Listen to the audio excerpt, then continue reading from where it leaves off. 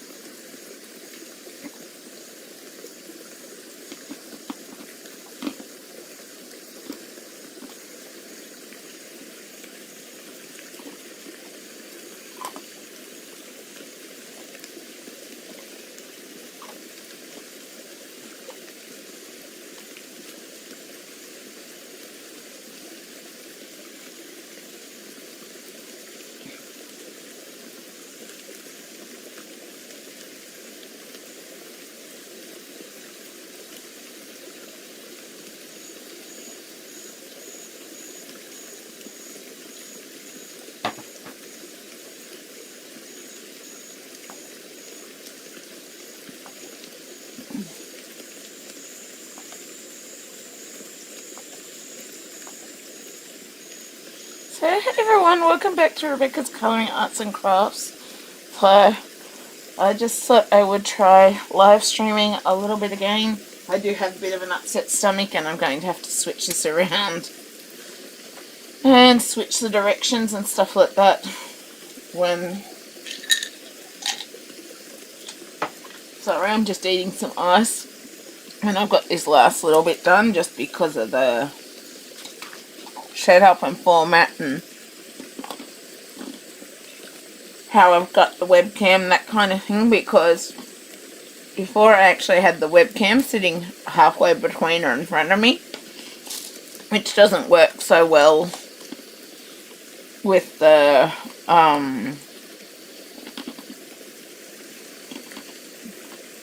do I explain it?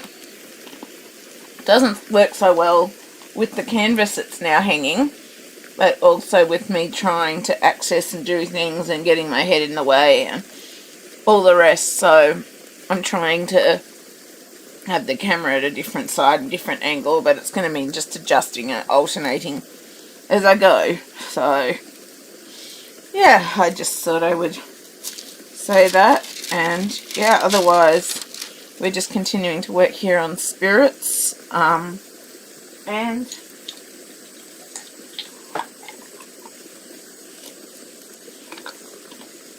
yeah, I don't really know what else to say kind of right now.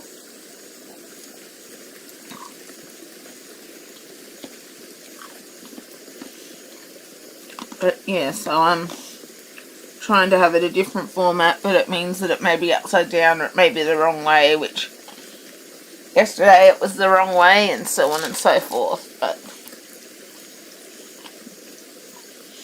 yeah, can only do the best we can kind of thing. So, and I've actually switched the format around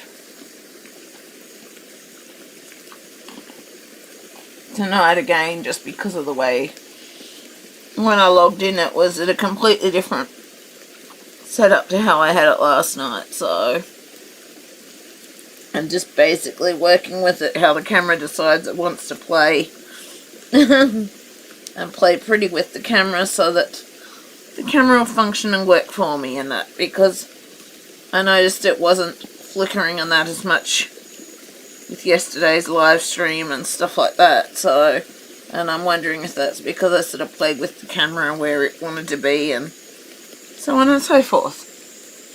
But yeah. Why does it smell like something is burning still? Just give me a minute, I've just got to go and check that out and then I'll be back.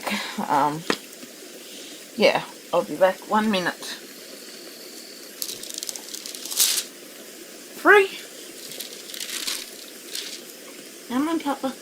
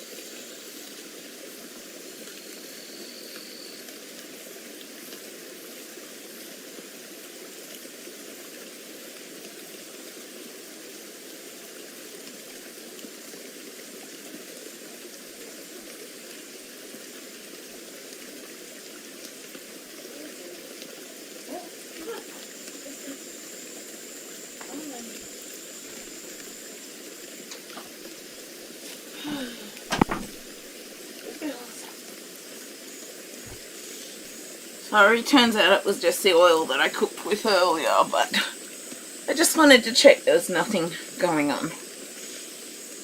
So yeah, I got my heating on. I got Prince here. Here to stay. Let's go. Free. So Princey right next to me. So I got my little mascot boy here. And we're just going to keep working on this diamond painting area.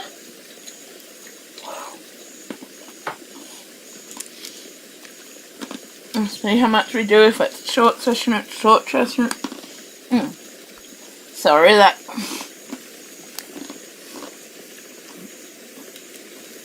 was not very audible while crunching ice. I should have thought of that beforehand. If it's a short session, it's a short session, but if it ends up longer, well, I guess it ends up longer, but we'll just wait and see.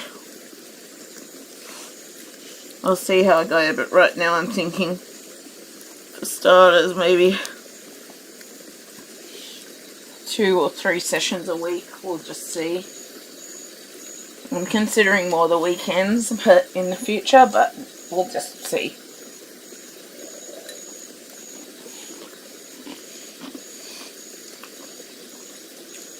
Now things go because I don't want to set a specific day because it all depends on how I'm feeling, and I'm still exhausted from yesterday and still got my cold and stuff, but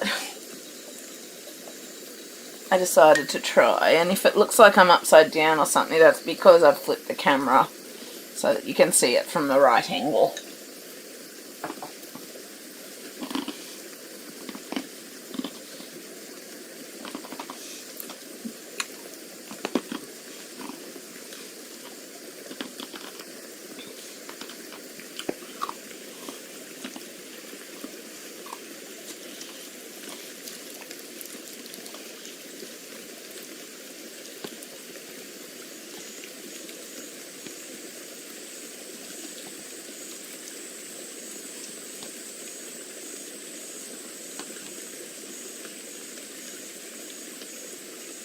I can't say that I'm going to be on for a really long period tonight because I'm really tired after yesterday. But we'll just see. I just wanted to try and get this a little bit finished. See how it goes though.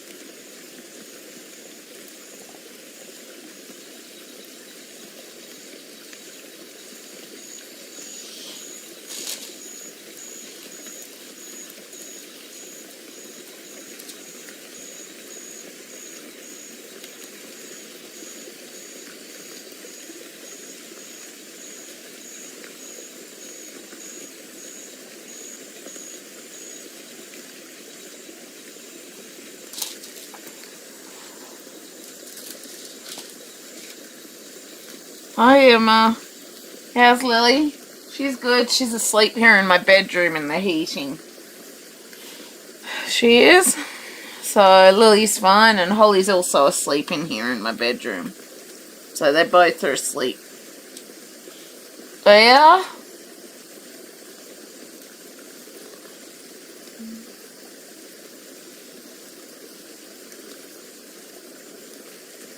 Okay, yep. I think that works.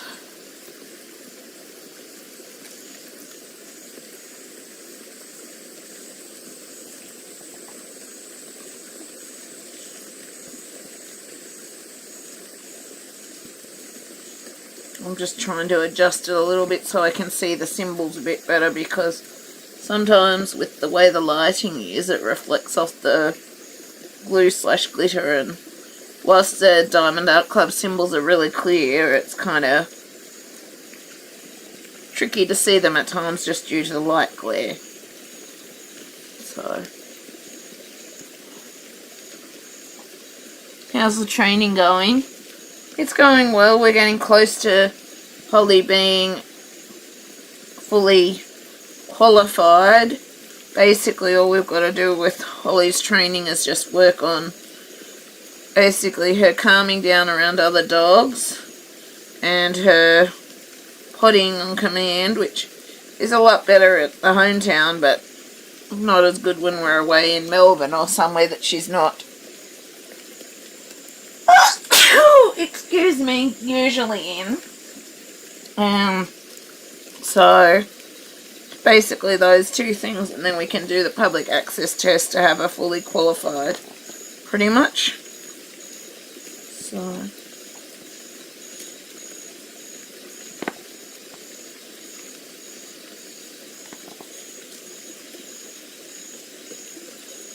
going well, all things considered. Sorry if I sound a bit congested in that, because I still feel congested, but so I'm not sure how much I'll be doing tonight, but I just wanted to try and finish this little bit here at least. I did.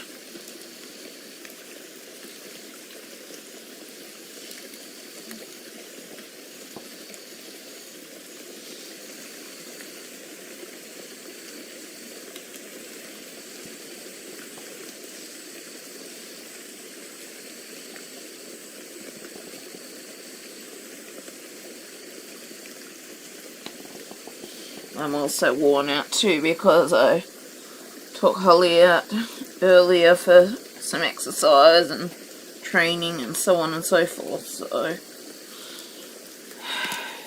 yeah, I'm extra worn out from that. I'm sort of thinking probably the days that if I'm trying to do live streaming and that again, probably the days that I do it, it's probably going to be better to do it when I'm not out with Holly during the day and so on and so forth. But yeah, I'll keep thinking about it and I'll work it out how I do it. I will.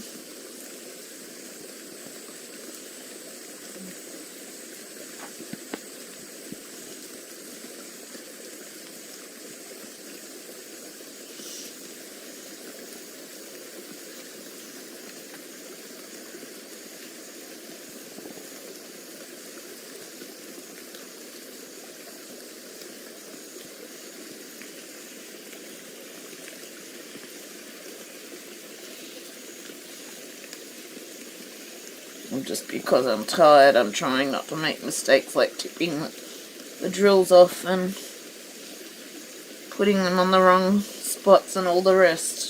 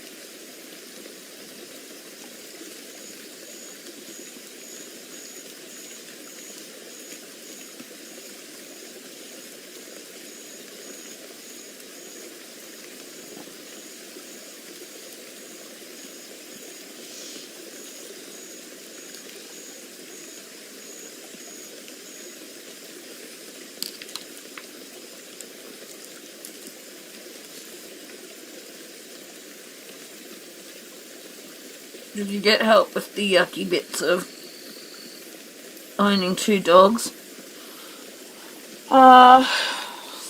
Sort of had help, but from Holly's breeder / mentors, but I had to work a lot of it out myself and that with that, but fortunately the two of them haven't really had too many issues or bingles or fights or any of that, so I've been quite lucky there, all things considered. I have. Ew, it's 4:13.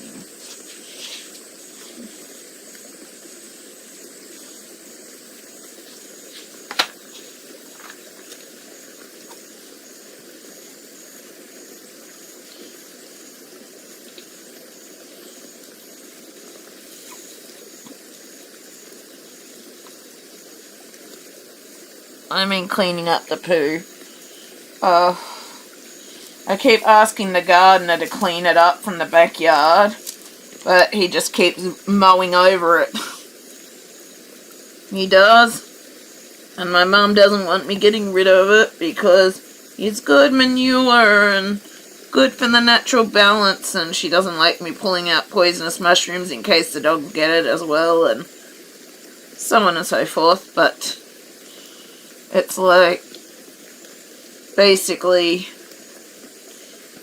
no one cleans up the poo in the backyard. But now, because I'm trying to work on Holly and her willingness to potty in other areas and stuff, when I take her out in the street and that, I just clean up hers from out in the street, that kind of thing. But no one really wants to. I've asked the gardener person to pick it up and discard it, but he doesn't do it. And I've asked Mum, but Mum doesn't want to get rid of it, and yeah.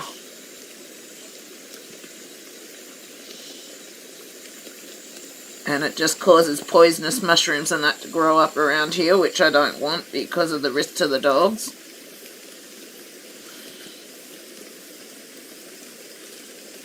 But yeah.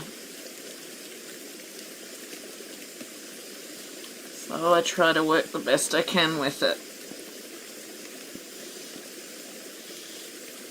Because the mower fella doesn't bother picking it up, he just mows over it.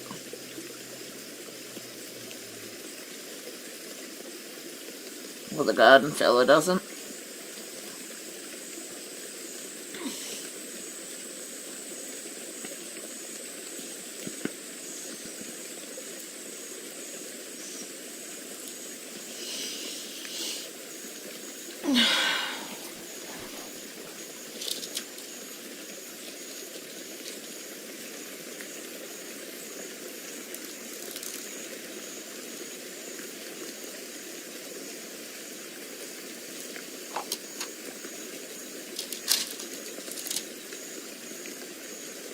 Dog poo isn't manure, it's full of disease. Yeah, I know.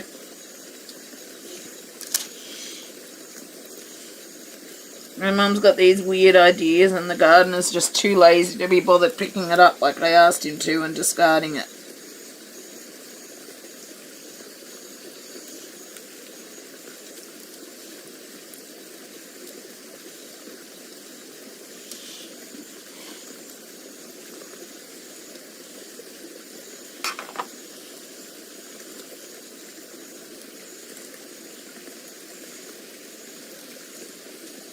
But yeah, you don't need to go into all of that.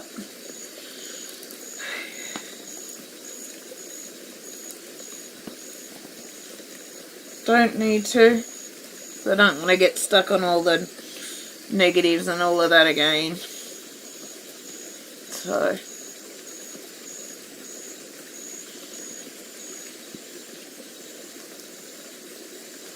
I've already been through it all once today with the booking an appointment with the new OT and so on and so forth, so I don't really want to go through it all again tonight, because then it just ends up being me still going to sleep stressed, and I'm trying to do this to go to bed with the stress reduced and all the rest. So yeah.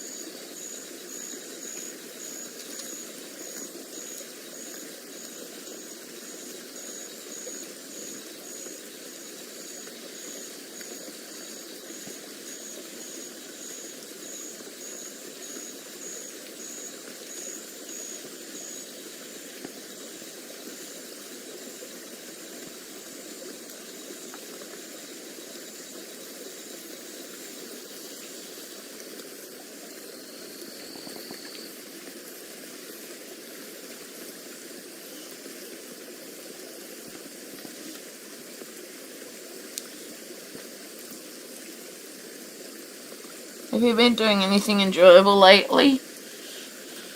Not hugely, because I've been sick and that. Done a little bit of like the diamond painting stuff, but otherwise I've just been dealing with a whole heap of stress and hassle and all of the rest, and trying to work on my mental health stuff and that, because I've been dealing with a lot of stuff there with people sick and support worker stuff and all the rest. But yeah, support worker stuff has been suspended now, and in some ways it's a relief, because that's one stressor off my head, off the top of my head. Otherwise, it's just been the odd trying to walk Holly whilst I've been unwell, or trying to play with Holly at home. And a little bit of the last 3 or 4 nights trying to work a little bit on some diamond painting and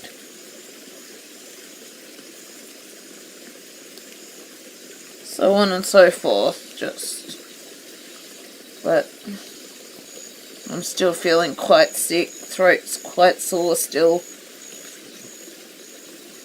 Talking makes me clog up / congest and all the rest, and yeah.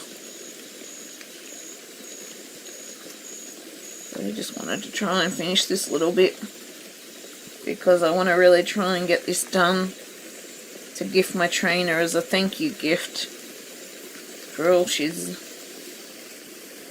done helping me and Holly to get to the point that we are.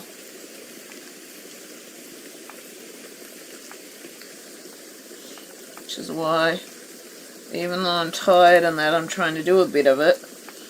But also, it's not just because I'm tired that I'm trying to do a bit. Like, I could go to bed easily, but I am trying to do a bit of it each night, even if it's only 10 minutes, just to help with reducing my stress levels, because if I can reduce some of my stress levels at night before I go to sleep, then I can cope a bit better the next day, and things don't build up as fast and get to me as quickly, kind of thing. So, yeah. So I'm trying to do it as a way. Plus I sleep better and all the rest if I'm able to reduce my stress levels and that. And then I'm not as liable to wake up with chest pains and anxiety and all the rest that I have, plus bad dreams. All of the rest of the stuff that tends to come with when I have that stuff, when I don't do something before bed to try and reduce the stress levels a bit. So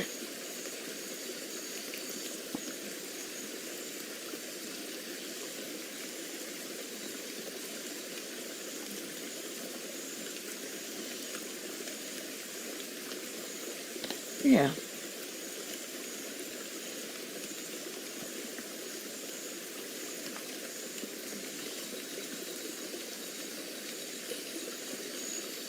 Like, I hope to get back to the other sorts of hobbies and things that I enjoy, like my jigsaw puzzles and that in time again too. But we'll just see how it goes. Hopefully the new OT might have some ideas, all the rest. And I got Princey here too. I do. Go, buddy bear.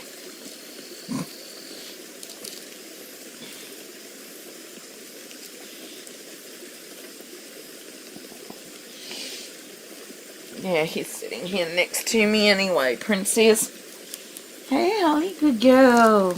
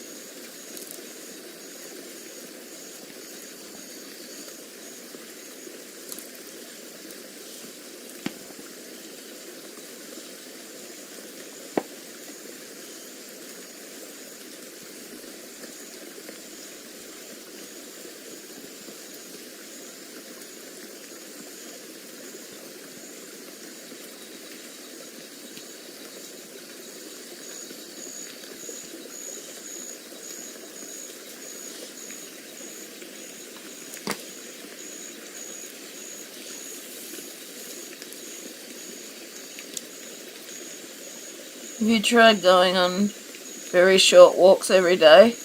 That can help your stress a bit. Plus it's good exercise. I can't actually walk far distances these days. I do go on walks with my scooter with Holly. That's what I mean by taking her out for walks. But I can't walk far distances these days because I struggle to breathe and end up in massive amounts of pain and all the rest due to how my disability's deteriorated and all the rest. So technically I can't really walk far distances or much. I can't even stand for more than 5 minutes without ending up in massive amounts of pain as well. So these days I can't tend to exercise like I would like to be able to because of how it affects me and all the rest. So I do take Holly out for walks most days, but it's just on the scooter. And I'm just saying that with, like, they do help, but I'm sort of thinking if I do a walk with Holly like I did today, like I'm feeling really wiped out tonight, and I'm thinking maybe if I am going to try and live stream or do something with that, like I'll still need to walk her and that during the event and stuff when I eventually do the Peggy Collins event and so on and so forth, but I'm sort of thinking I probably really need to, if it's something that might take a longer period like live streaming or something like that, even though I know I can cut it shorter, I'm thinking I might have to try and do that on days when I'm not walking. Yeah, very short walks haven't worked so well either, but like I do go to take her out, when I take her out to go on the street and that's short walks and that, but basically even really short walks I can end up in a lot of pain, and if I'm having fainting spells and stuff like that, it's not really safe for me to be walking anywhere. It isn't. So it all just depends. Like, I'm trying to get back to taking her pottying on the street and stuff like that, or peeing on the street, that kind of thing, but if I'm having fainting spells or dizzy spells and that, it's not really safe for me to be attempting to walk anywhere, because the minute I try to stand up and walk, or stand up out of a chair or whatever, I will literally start to pass out. So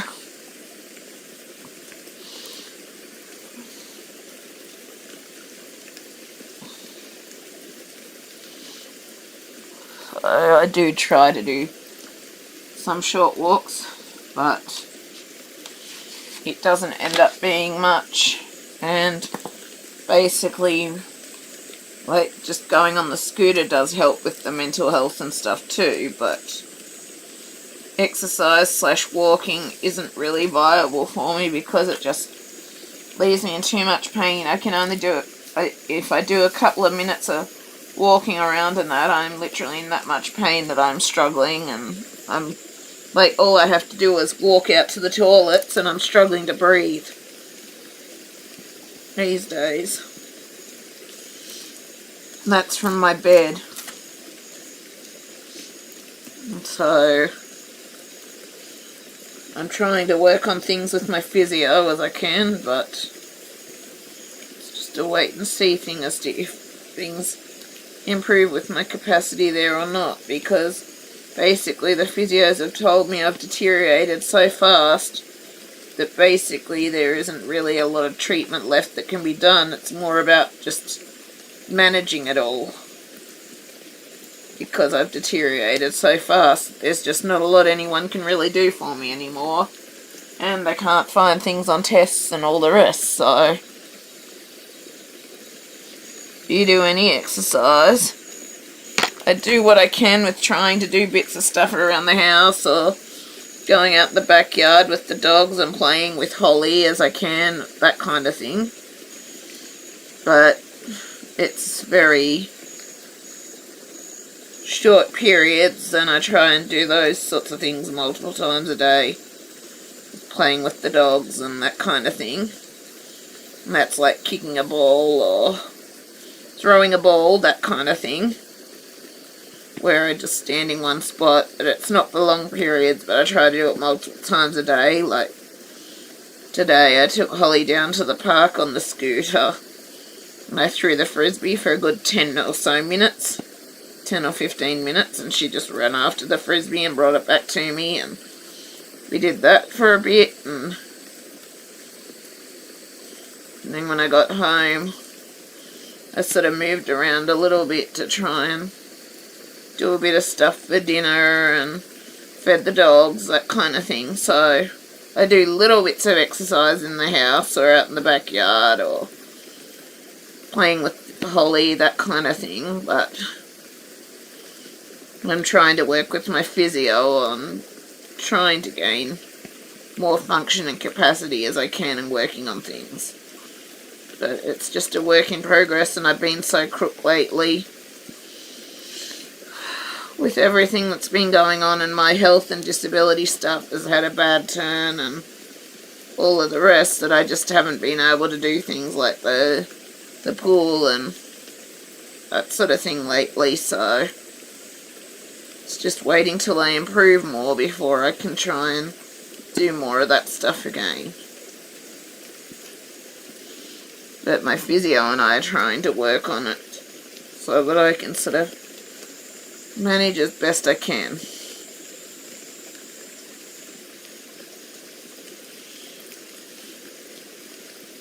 We are.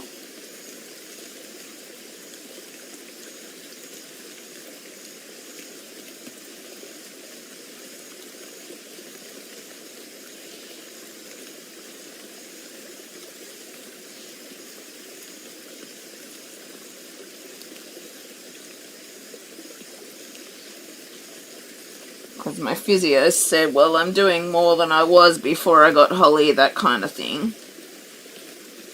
But it's still not what someone might be able to do level-wise, but she's happy too because it's a lot more than I was doing as well. So it's just trying to slowly work up to things and that, because a lot of their exercise and stuff they've gotten me to do over the years has made me worse, and so on and so forth. So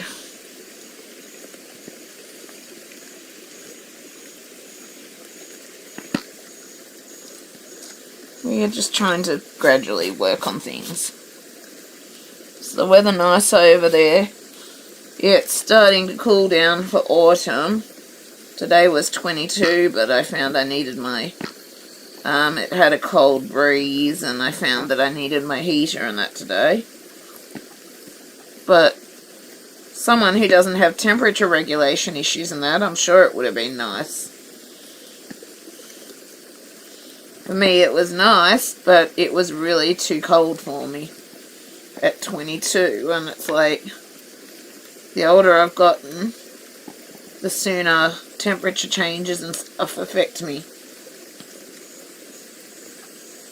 And it also doesn't help that things affect me worse when my body is burnt out and that, due to all I've been dealing with.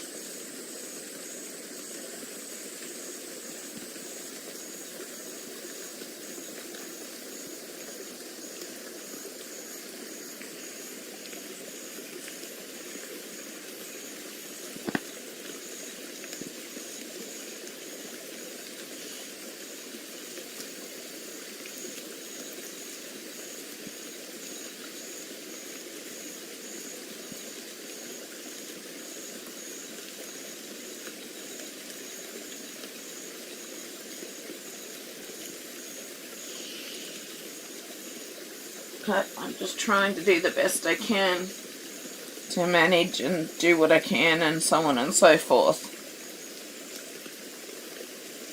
Really getting on and live streaming tonight is, I'm not sure if that's overdoing it for myself either, but I keep realizing that I need to keep trying to do the best I can till I can get the supports in place to help me be able to manage and do things a bit better. So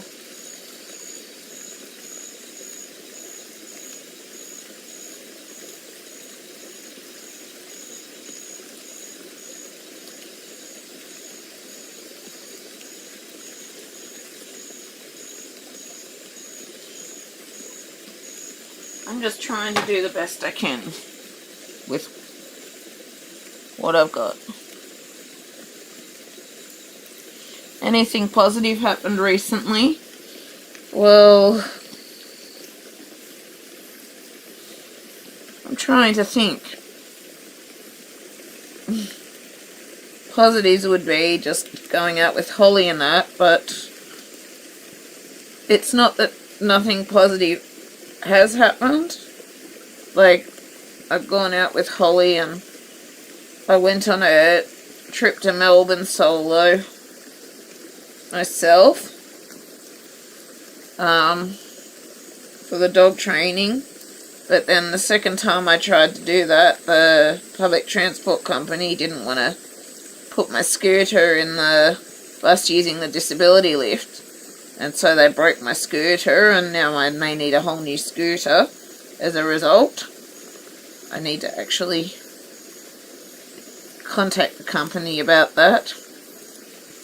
And then the company the event that I was going down there to see, they tried basically taking my money and giving me nothing for it. So I got that back via a bank dispute. Otherwise, it's more just getting out as I can with Holly, actually starting to play with Holly a bit again, because I went through a long period where I just wasn't able to play with her at all. And so I've been able to play with her a bit lately. Another positive has been how the nerve... I forgot to take them again last night, so I can feel the hand issues getting worse because I've forgotten to take them for a bit over a week and that. But the nerve meds were helping my hand capacity and function. It wasn't getting rid of all the issues because obviously there's other issues with ligaments and stuff. But the nerve meds were helping with my ability to function a little better with my hands and wrists, that kind of thing. And yeah, but really that's been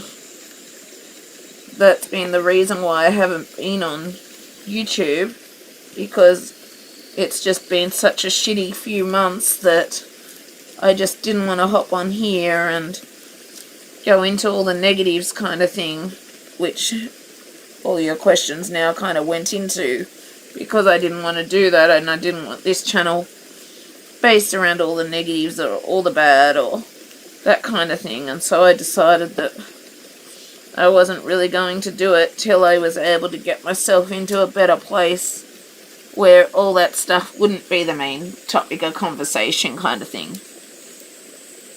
Don't they see ligaments on scans? Yeah, and supposedly they can't seem to tell because I've got so much mess with scar tissue and stuff like that with my ankles and that. They can't tell if they're actually injured or not. And with the hands and wrists, they've basically said that I'm too complex. We can't help you. We don't know what's going on.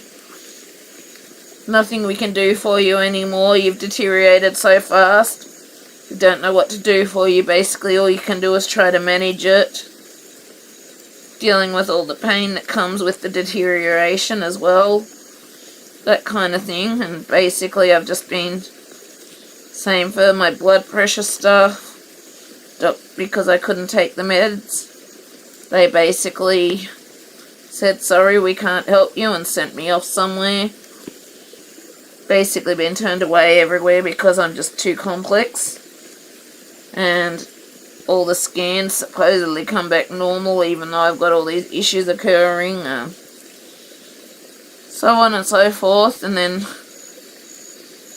as I said, dealing with the mental stuff with... And I'm not going to go into all of this, but with my mum, with support workers, plan managers, with my NDIS stuff, all the rest, and that's been a real struggle. And then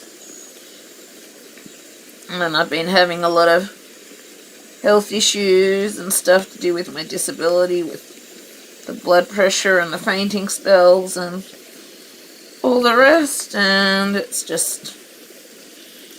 I've really been trying to focus on trying to work on myself and not letting people or things affect me as much, and so on and so forth. And I've noticed that it is starting to help.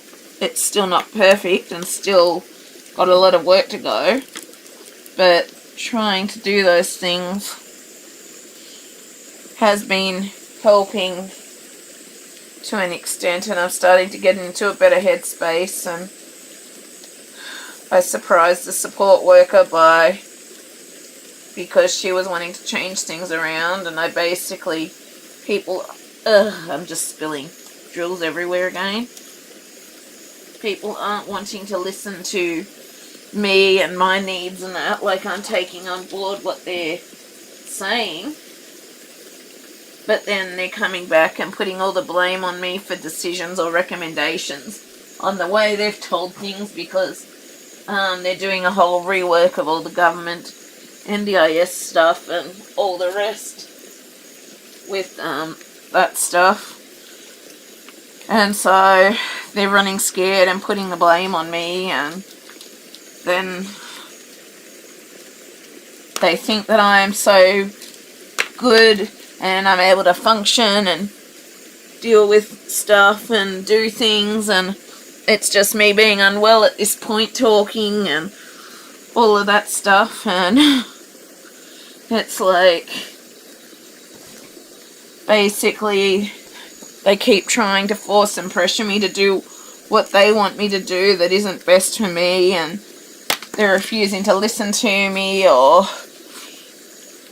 take on board what I'm saying or let me have a say or a conversation. And then when I put my foot down because I want to say and all the rest, then they get poopy with me and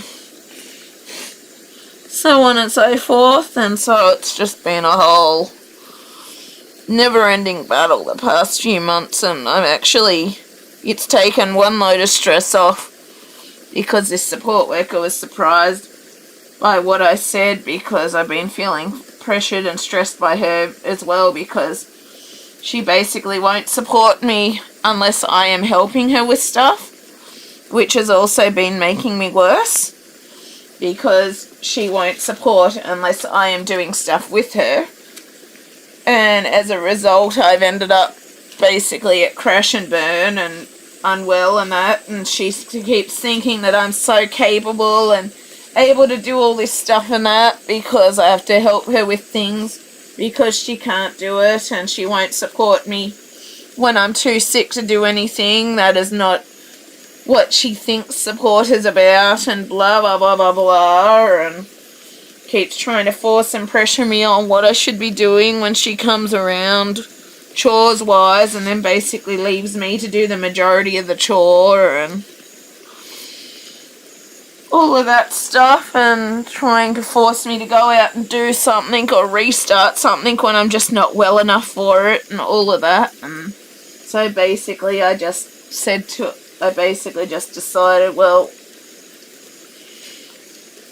and I've had to keep cancelling services, and then I ended up with, because I'm burnt out and stuff, then I get sick really easily and all of the rest, so I've kept getting colds and stuff like that, and worst time of the year to do so. And then it's like, and then she was like, oh well, she kept getting put out and putting pressure on me about having the services and going out and doing stuff in the community and all the rest. And I sort of got fed up by it and put my foot down like I've done with everyone else, and she sort of was like, oh, I'm bit shocked by what you said, blah blah blah. Then mentioned suspension and was suspending my services for now, and was surprised when I readily agreed to it.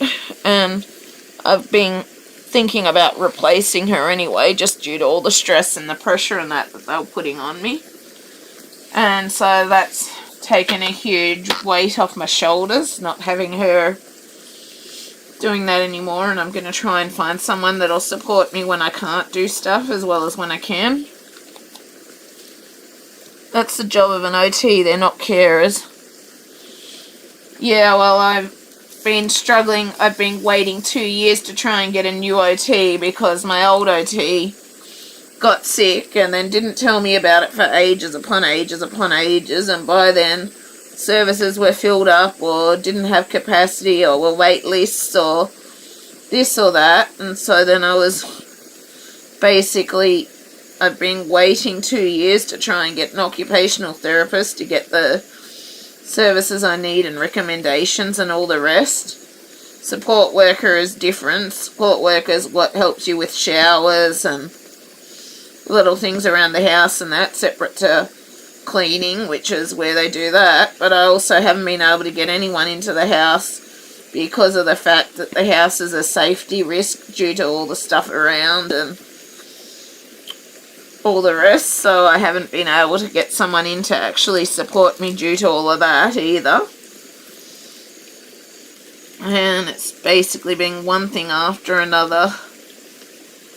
And like a support worker can help with doing meals, getting ready for bed, shower, all of that sort of stuff, which is what I need. But then it's also their ability to access the house and feel safe and all of that.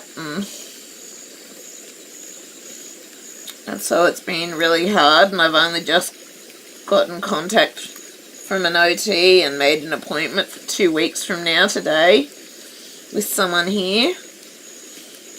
And meanwhile, I've been trying to do the best I can, but I've lost services because I haven't been able to get an OT for 2 years, and I have had other people that just keep refusing to listen, as I said, and basically now I have no support worker because this support worker just wasn't working and was causing me more stress, and getting rid of her, whilst it's going to make things harder for a bit whilst I try to find a new one.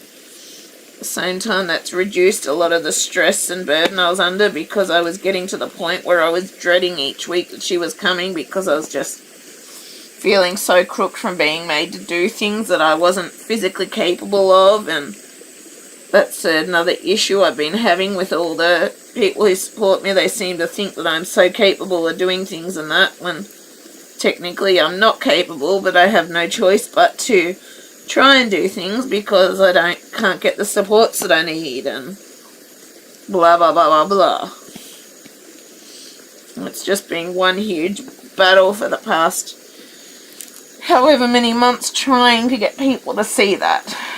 And I'm so exhausted and worn out, and just, it really sent my depression into a spiral for quite a while and all the rest. And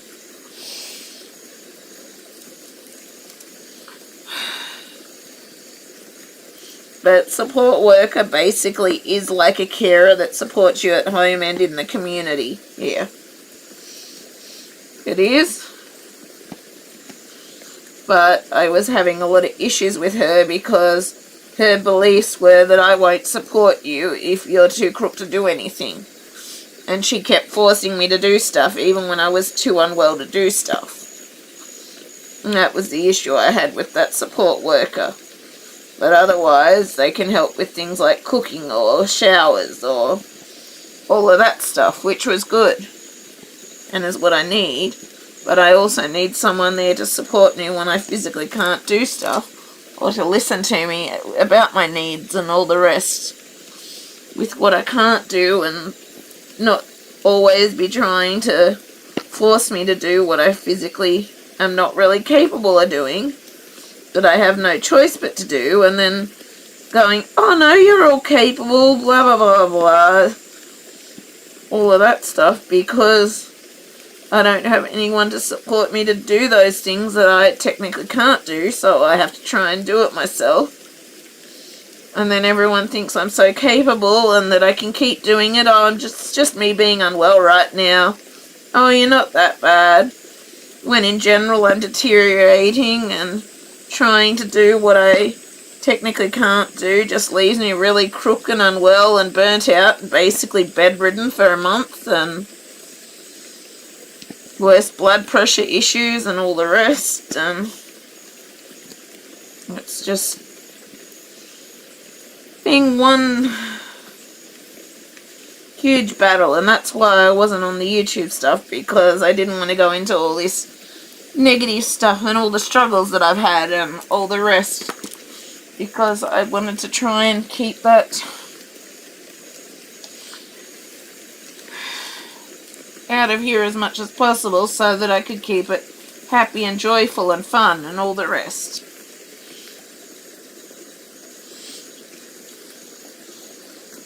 But at least it's finally looking like now I've got a new OT after 2 years. After 2 blooming years of being turned away, told no, people insisting that, oh no, there is capacity in places, whenever I rung there wasn't capacity, or people insisting that I'm making the wrong choice and putting down my choices because I was trying to decide what was best for me, and I wanted a say on who I went with so that it actually worked for me, rather than just going with whoever other people wanted me to go with. And there was all battles about that, and them getting shitty because I kept putting my foot down because I wanted a say, and because I'm wondering if that's why things haven't worked out too well so far, because I've always just gone with either what someone else wants or thinks is best for me, and as a result things just haven't worked out, and as a result I don't have the supports that I really need now. It's just been, I'm just so exhausted and tired of it all, but I have to keep trying to fight and battle to get the things that I need so that I can live as independent life as I can and all the rest.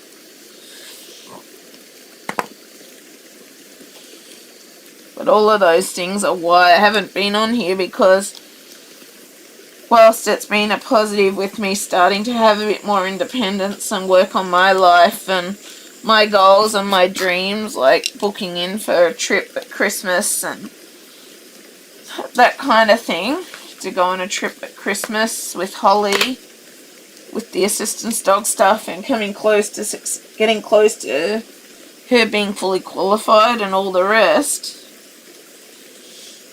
Whilst all of that stuff has been happening and it's been great and all the rest, it's just also been more bad than good, and I just didn't want to bring all of that into the channel because I was just feeling so depressed and down about it all, and I was going through periods where I was feeling like, what's the point of life, and wanting to give up and all of the rest. And I just didn't want to bring all of that into the YouTube stuff, but now it's all out there basically. Because I wanted to try and have this YouTube channel somewhere that was joyful and happy and fun and all the rest, not all my stories and depressed things and blah blah blah blah blah.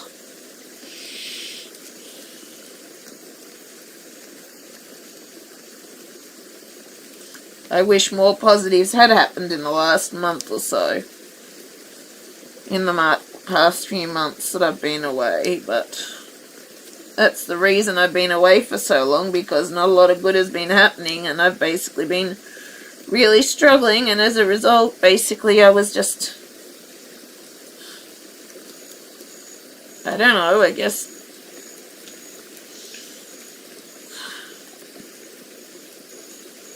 wasn't feeling up to doing anything that I loved, or it was just, I don't know, wasn't just not feeling up to things, but basically all I was doing was spending my spare time with Holly trying to comfort myself and get through it all, and just spending the time on movies and so on and so forth, and I just didn't want to bring all that negative, excuse the language, shit into my channel, so I basically just wasn't getting on here. And that's why I wasn't sure when I was going to come back yet or not when I spoke to you, because I didn't want to bring all that negative stuff into this channel again, like I've done in the past.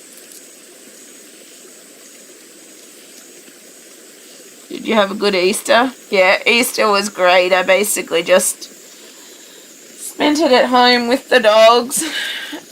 I did have a cold, but even with the cold, I enjoyed it because I just got to relax and enjoy Easter with my dogs and just basically watching movies and just taking it really easy at home on my own.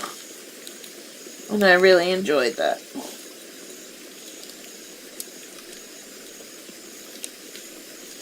I did. So I had a really good Easter. Didn't have chocolate or anything like that, but I basically just enjoyed just being at home, watching movies, cuddling the dogs, all the rest. And that was great. It was. I really enjoyed it.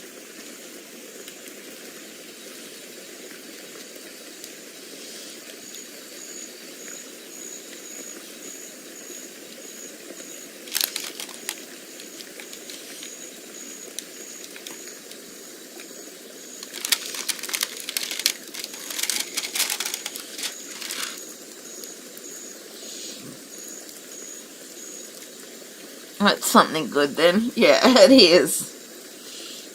And I've booked in to go on a trip over the Christmas New Year period with Holly, and we're gonna basically spend 11 days in Melbourne, hopefully go to Carols by Candlelight or Vision Australia, Carols by Candlelight, and then in the new year we're gonna head up to Brisbane and meet Holly's breeder, who I've never gotten to meet before, and take Holly back to where I'm not sure if we'll take her back to where she was born, but basically allow her to meet her first mother, who took such good care of her before sending her to me, and I'm really looking forward to that as well. So, and hopefully take Holly to the beach and experience the beach together, because Holly has never been to the beach before. And in June, I've booked in June to I'm going to go to Melbourne for 2 nights, and we're going to, one of those nights, we're going to go to like a light show at the Royal Botanic Gardens together in June with Holly and myself. Just enjoy a couple of nights down in Melbourne in June, and then we've got nearly a month between Melbourne and Brisbane at the end of the year over Christmas and New Year. And so I'll get to experience the New Year fireworks in Melbourne, and I'll get to hopefully go to Carols by Candlelight in Melbourne, and I'm really looking forward to that. And I'm trying to, well, I haven't yet gotten a lot of money towards it, but I've basically worked out my budget to nearly the end of January to get the finances to do that trip. And yeah, I'm really looking forward to doing that trip with Holly and getting to experience those things with her and make those memories, and it's going to be great. And I also get to meet my Holly's breeder's mentor, who's also been helping me with Holly's training with the assistance dog stuff and all the rest, and advice and stuff when I need it. If something happens with Holly and I need to do something to treat something or whatever, and I'm hoping to get to meet her as well, and when I go to Brisbane, and yeah, I'm really looking forward to those couple of trips anyway. And it'll be good to have some time away for myself, and just to get away and relax and de-stress. And hopefully nothing will go wrong with transport or things being broken again and so on and so forth. But it'll be good to just get away and have that time. Just for me and Holly and all the rest.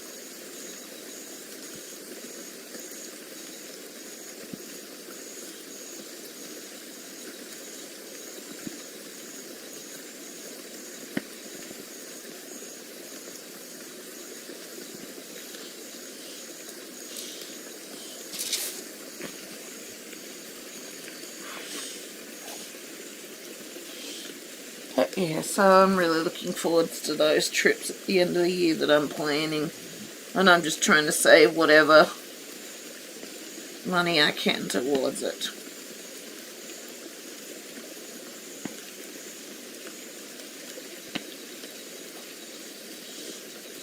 Well,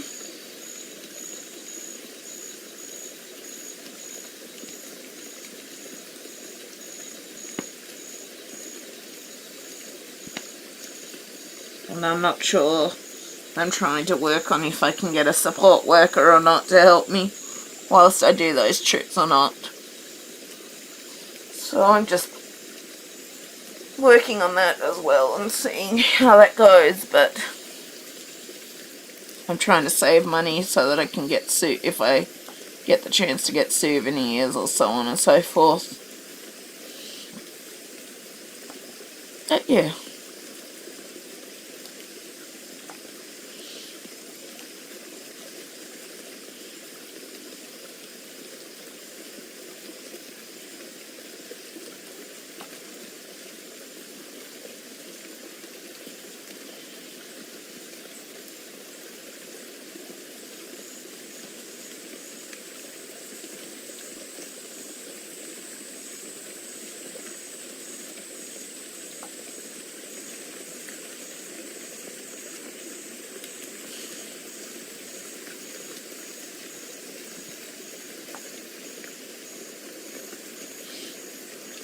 Yeah, I'm looking forward to that anyway.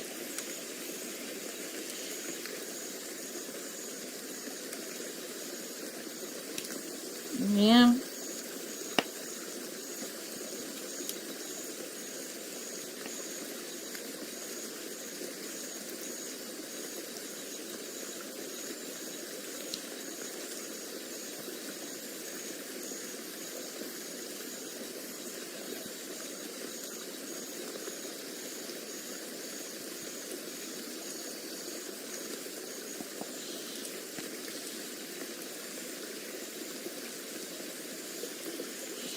I'm trying to work, as I said, on if I can get a support worker for my NDIS stuff or not to do that.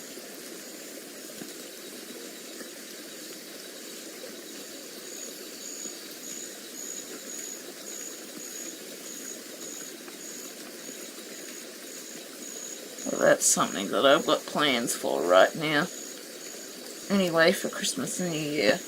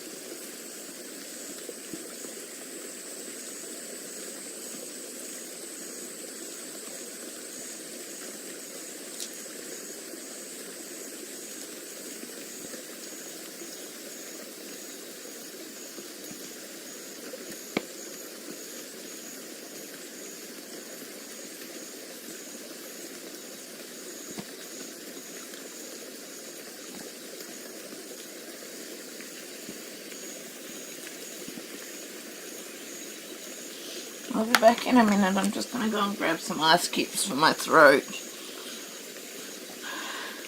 I am. And then I'll come back and continue.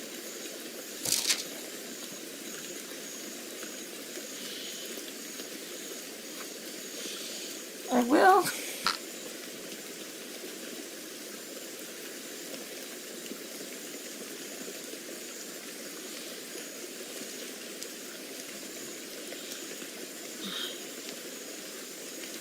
Back in a minute.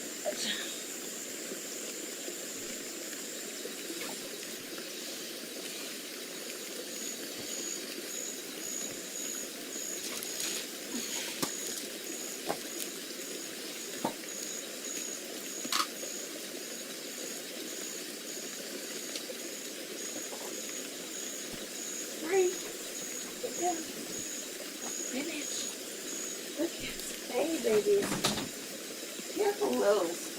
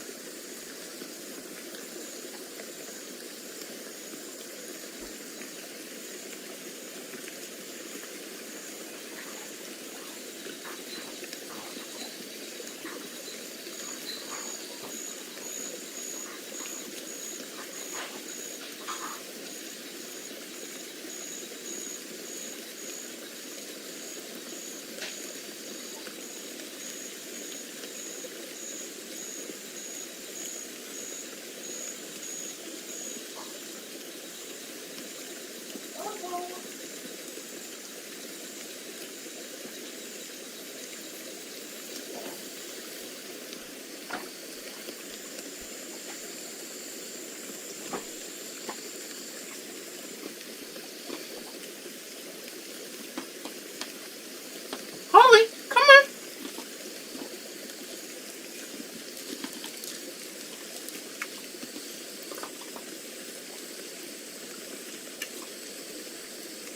Just got to get Holly in. Come on. Come on. Come. Holly, move it. Yeah, move it. Holly.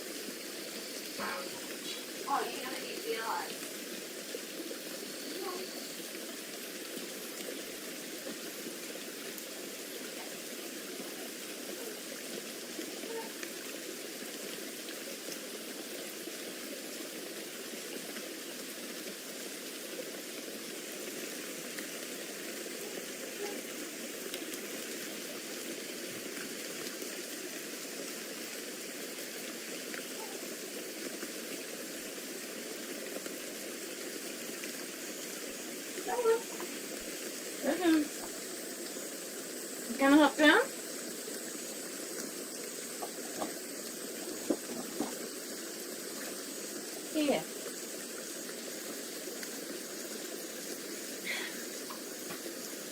No, that's enough.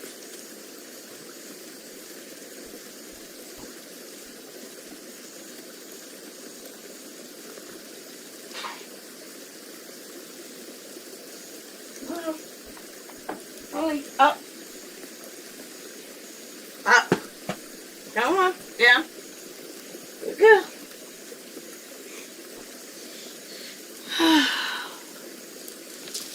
Sorry, took a little minute to get Holly back in. It did.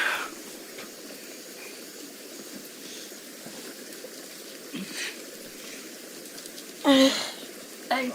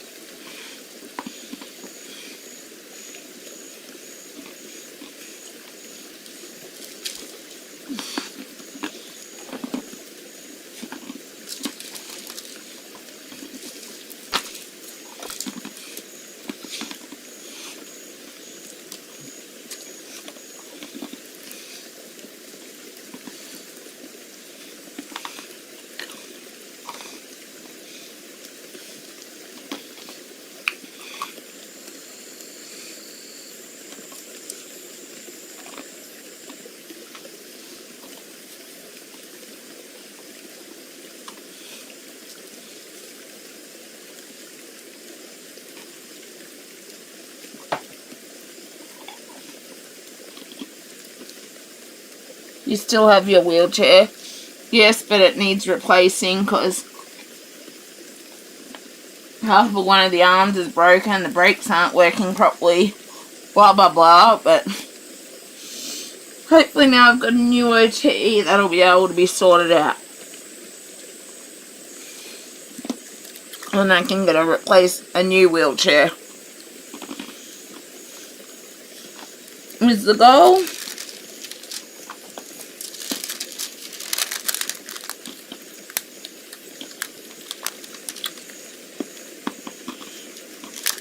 Because I couldn't get a new one without OT approval and all the rest.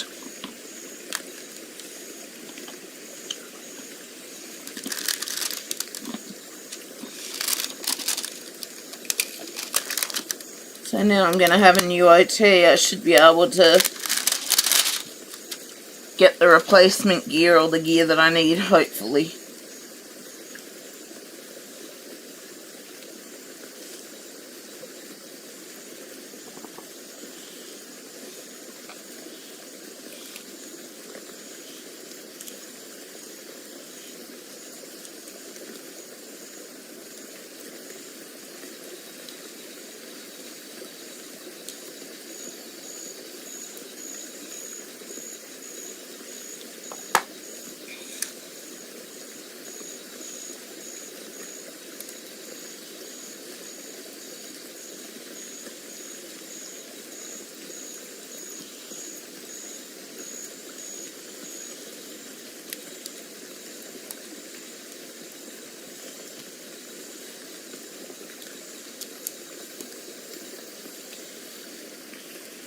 Because I get my gear through my NDIS plan, basically, I haven't been able to really get anything new for 2 years.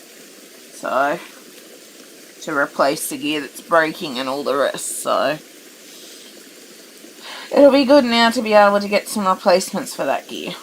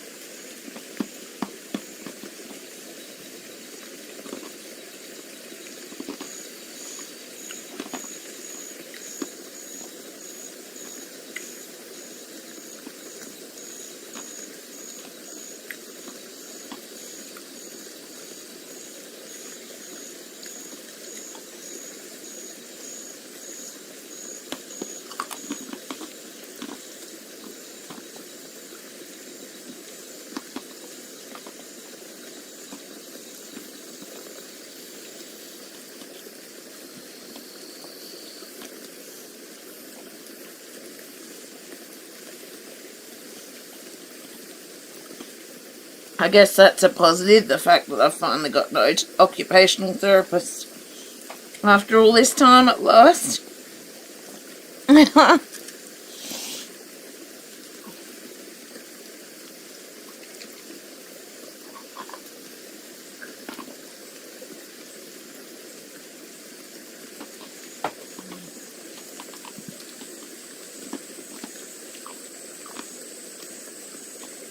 It seems I've been allocated to one of their senior place I've gone with. I've been allocated to a senior occupational therapist, and she's listening to me and that at this point, so I'm hopeful.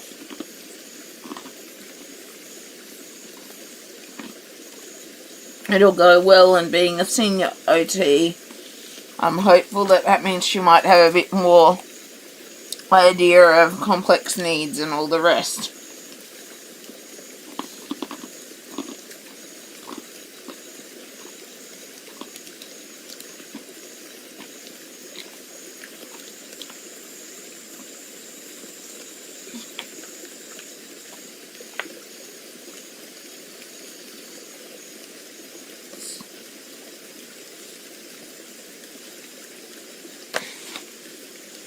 Good girl.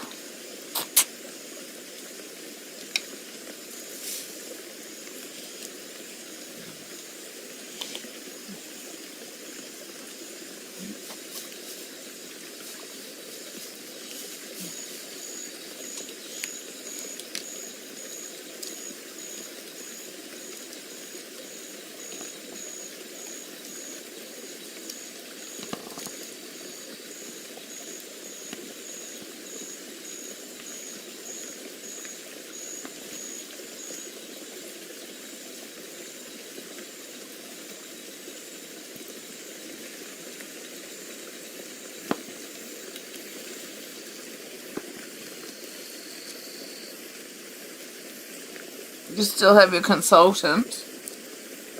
Which consultant is that? The support coordinator. No.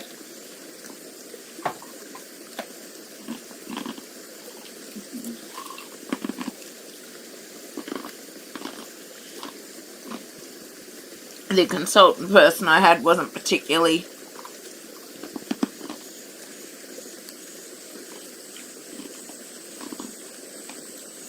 an NDIS worker. It was just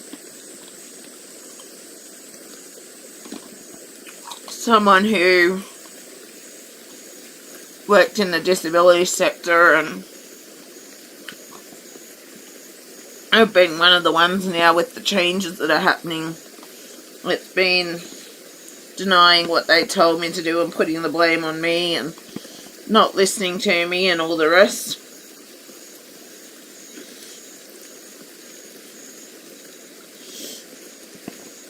So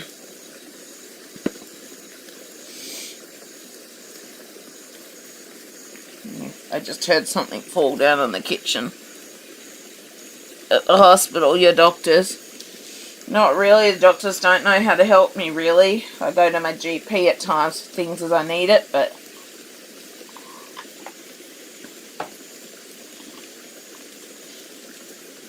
none of the other consultants kept me on because I was too complex. I couldn't take the meds due to all my allergy things and severe reactions, and so they all turned me away. Which is part of the reason I'm now training Holly to help me as she can, kind of thing.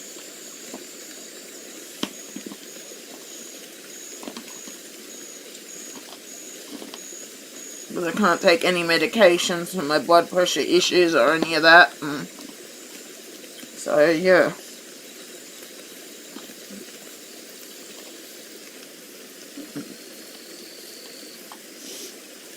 And as people have been telling me now, I've deteriorated that fast. There's not much point of trying to find treatment methods and that. It's all about management now.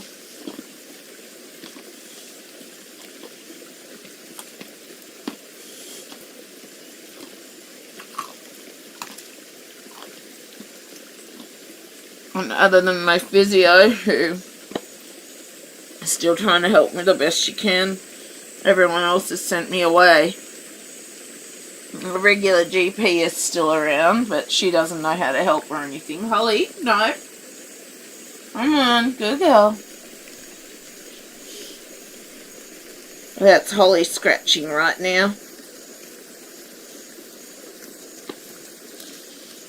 Holly, come. Hey, stop shaking the bed. But yeah.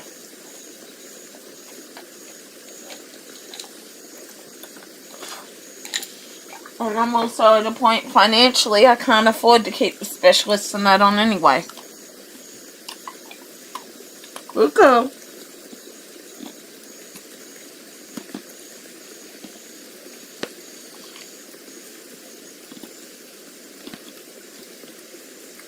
One specialist I did go to see, I've got like 15,000 or more medical debt from it.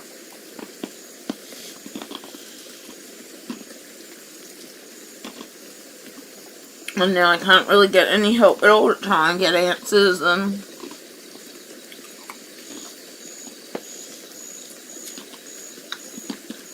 I'm at the point where I'm just going to try and manage things the best I can and try to keep moving forwards with my life rather than getting stuck in a negative and depressed state of mind, thinking I'm never going to get better, never this, never that, rather than focusing on that. I've now started accepting my situation and working on moving forwards with my life instead.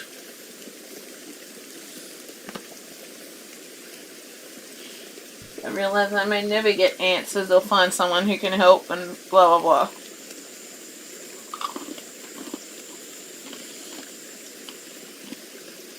And I may never have the finances either to do it.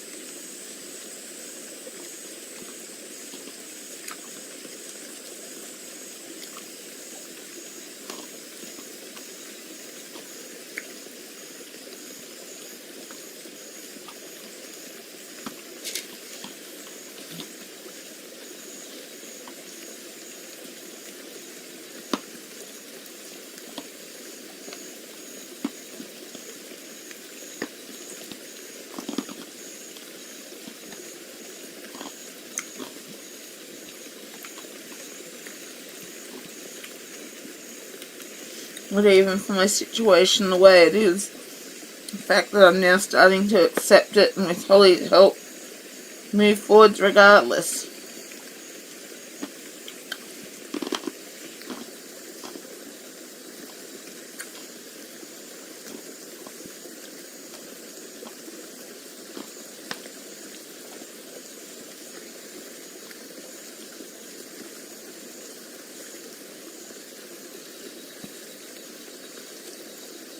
And I'm just going to keep working on trying to work on fitness things as I can with the physio to try and see if we can get something that works, and then keep working on managing things, accepting things, blah blah blah blah blah, so that I can still have the best life possible even with the disabilities and everything that's going on.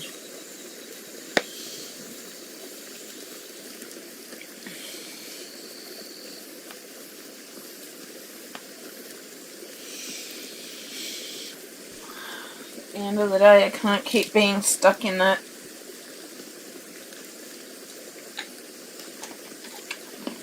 negative space.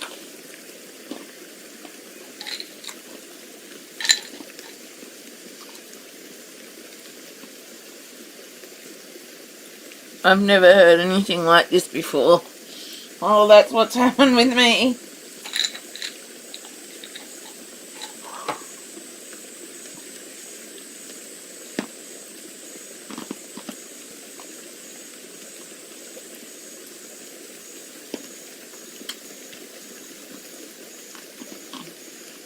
And all of this stuff is why I haven't been on YouTube for ages, because it's just been so much going on and trying to wrap my head around things, accept things, learn how to manage with things, learn how to cope with things. All of the rest.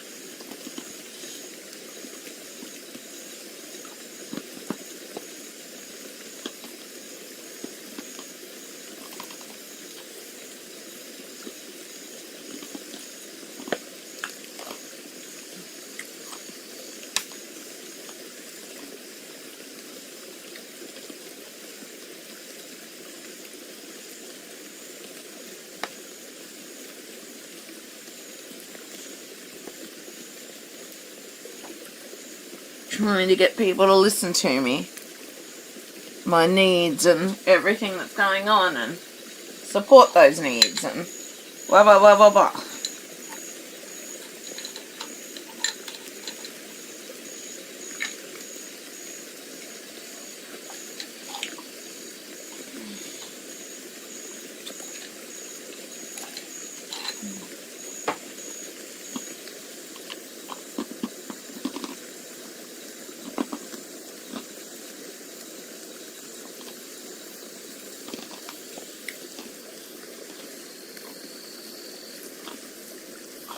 Trying to be able to have a say in who works with me in my life and how I need things done to be able to live the best life that I can and as independently as I can, and what I need help with, and trying to get people to see those things, which has been a real battle. But hopefully now that I got this appointment with the new OT coming up,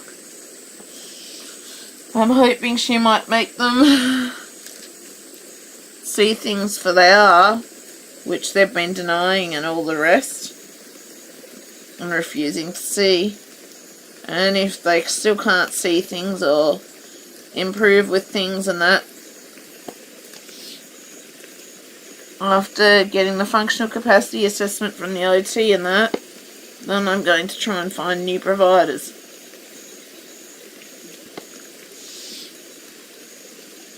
Can I ask, how do they know you're in decline with no medical tests, etc.? I've done medical tests and that, but I feel it's not them knowing, it's me knowing in myself that I'm declining. I can feel it.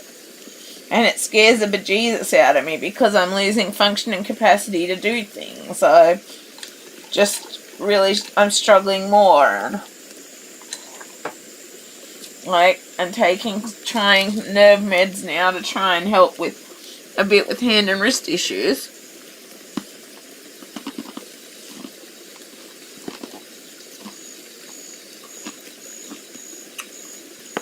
But like my physio on that, whilst I'm doing more with Holly and that, like in general, I can tell that I'm declining.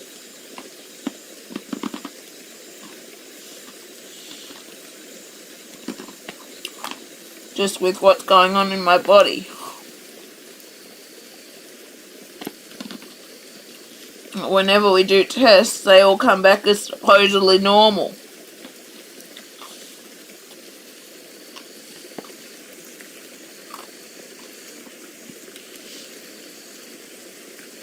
When I was last at the hospital in the emergency room, they picked up palpitations and that, but they said I declined it because it wasn't anything major at that point, so I wasn't really paying attention to it because it wasn't causing major symptoms and that at that point.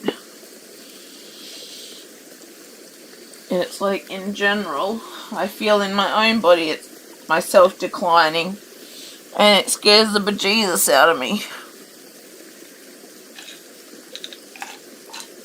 I can feel myself declining in my function and capacity, how much my body handles, pain levels, all of that.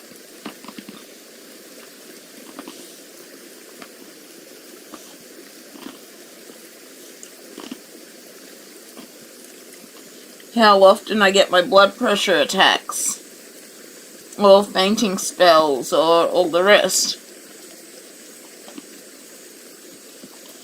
What new issues or symptoms are occurring.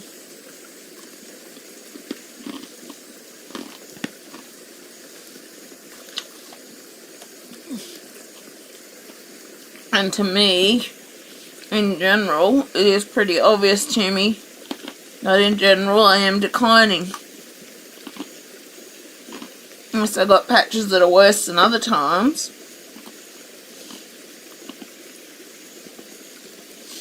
But I can feel in my body how I'm declining. Because I struggle to hold a dish, or wash the dishes, or pick something up, or do my crafts and all of that stuff.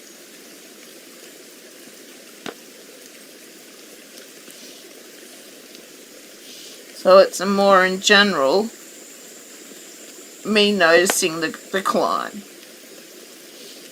And then the OTs also, and then the physios and stuff also notice it based on what I tell them. And they've tried nearly everything they can with my hands and wrists, and there's just nothing more that they know what to do. It's just, there's too many random issues occurring there. I've tried orthopedic surgeons. They've sent me away. Nothing they can do. Too much risk with my disability. More likely to make me worse than better. Blah, blah, blah, blah, blah. The OT is trying to get you moving. Well, I don't know what the OT can help with yet because I haven't had one for 2 years. But I'm hoping this new OT might be able to help with some ideas for how I might be able to do things a bit better. And I mentioned about, like, with my puzzle table and that ability to stand without so much risk of fainting, and so I'm hoping the new OT might have some suggestions on how I might be able to try and do little things like that.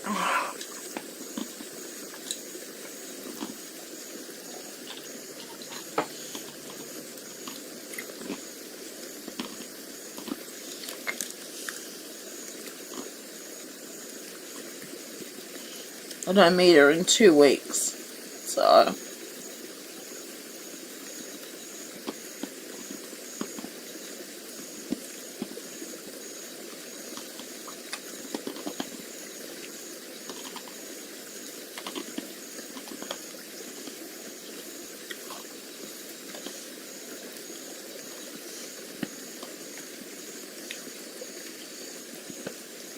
because I haven't been able to have an OT for over 2 years.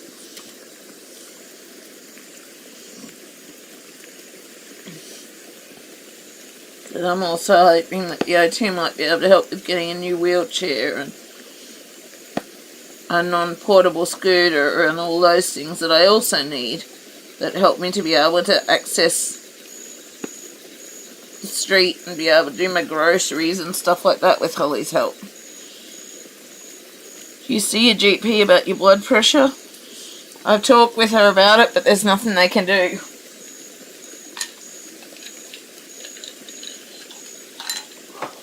Because of all my severe allergies and stuff, she's even hesitant to prescribe pain meds because I've literally got severe allergies to everything.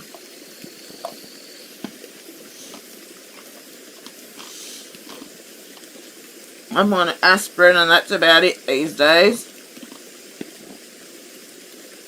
I've been to cardiologists. They've sent me away because I couldn't take the meds because of severe allergies, and so they couldn't help me. And so basically I try to manage it with salt and water, but doesn't always help or rest, and that's part of the reason I've now got Holly and we're working on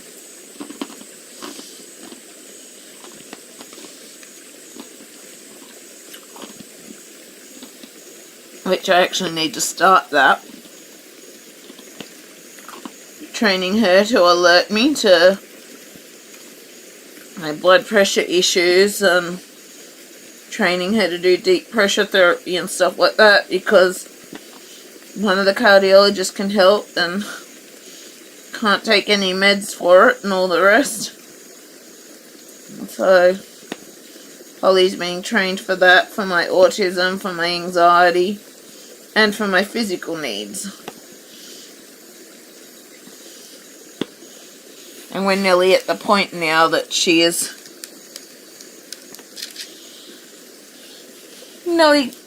she's basically ready with those needs, with the deep pressure therapy and all of that. She's basically at the point now where she is qualified and that doing that. It's just working on her calmness around other dogs and all the rest.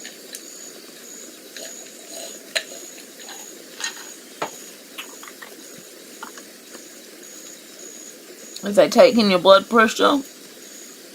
They have taken it, but it doesn't always show up the issues when I'm around them.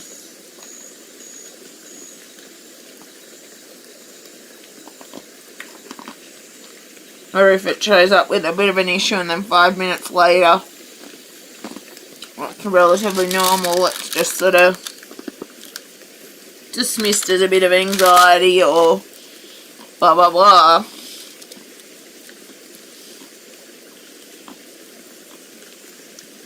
But it's not always anxiety kind of thing.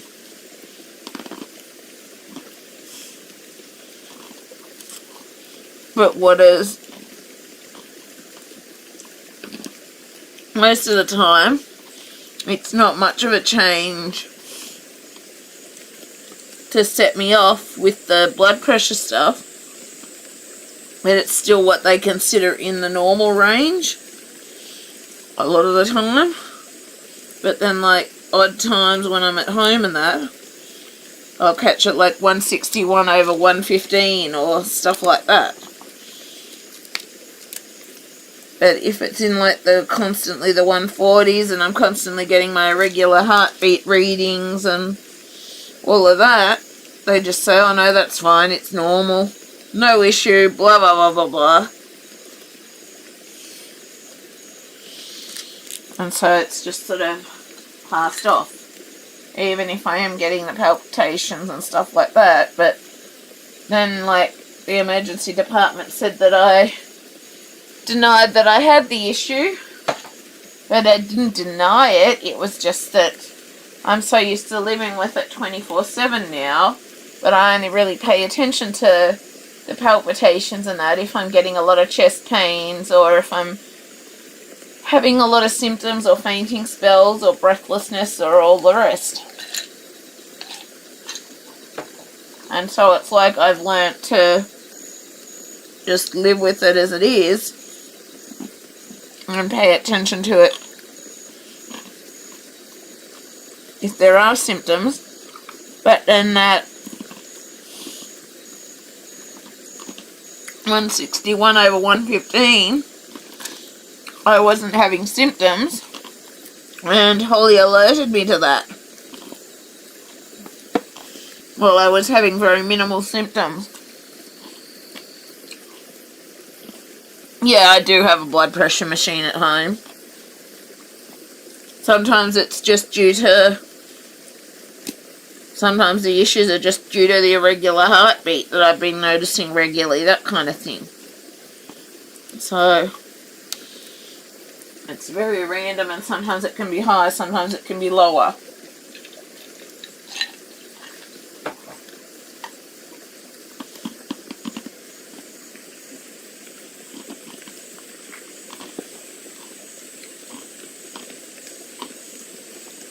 But I haven't picked up on the time when my blood pressure was 161/115, and Holly was the one that alerted me to that one.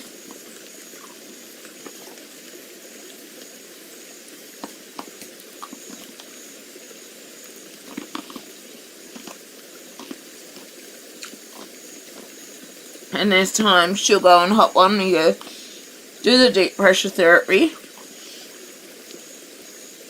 And then there's no irregular heartbeat or and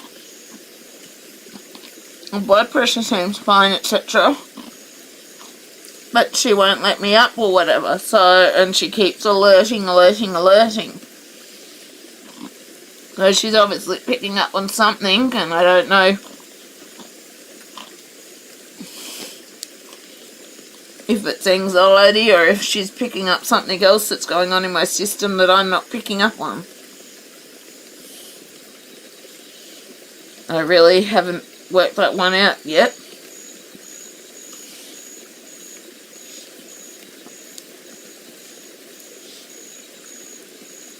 But she's been a lifesaver in a lot of ways and changed my life in so many ways and made me feel safe enough to go out and do my groceries or something.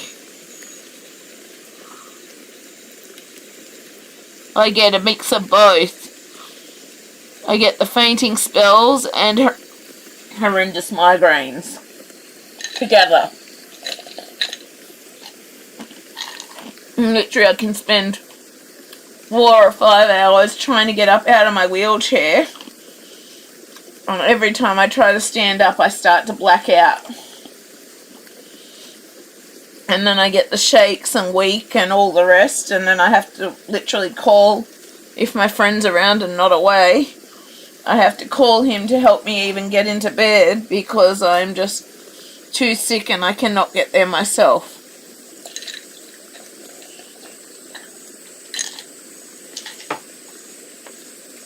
But I haven't worked out yet why some days Holly alerts I'm not having a lot of symptoms, and yet she keeps alerting me to whatever is going on, and I haven't been able to work out what she's alerting to yet.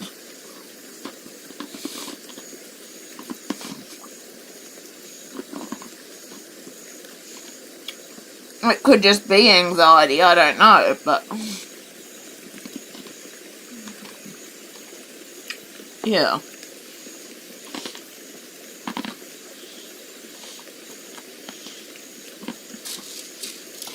I've been hospitalized for blood pressure issues. Yeah. The hospitals usually just dismissed me because I consider my changes fluctuate that rapidly that you can't catch them properly. And it's like the last time I was there, they did who knows how many ECGs on me because they kept picking up palpitations and all of that. But then they said in my discharge letter that I denied I was having them. But it's like, it's just a normal thing. It's not, and at that point it wasn't causing me a heap of pain or whatever. I had a bit of a headache, feeling dizzy, all of that. But that also turned out to be due to low iron, low red blood cells, all of that. And I had to have a overnight stay in the hospital to have blood transfusion and all the rest.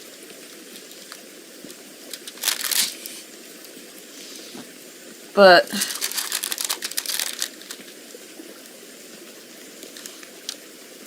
and my GP basically told me my iron levels and my red blood cells and my protein levels are still low. They're really low. But I was told, don't go to emergency or the ER or anything about that. It's not an emergency, blah, blah, blah, blah, blah. And so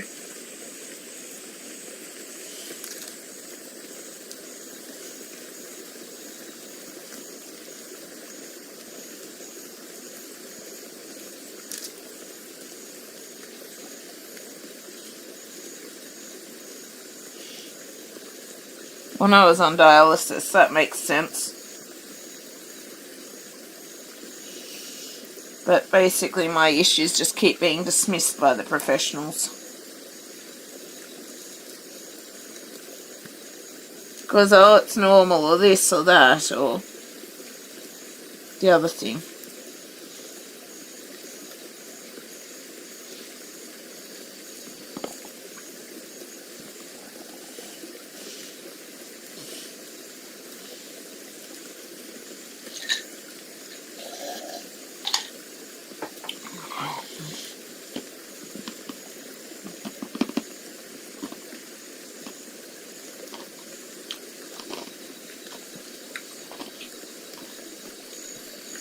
girl.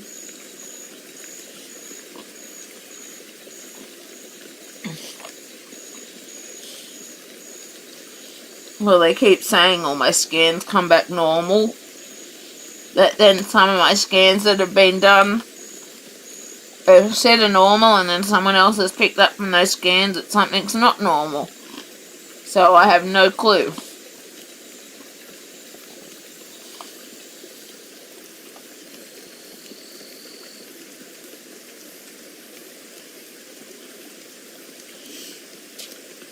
Keep saying it's normal based on this, what they see on the scans, but then I've got all these issues and deteriorating and stomach issues and all the rest. And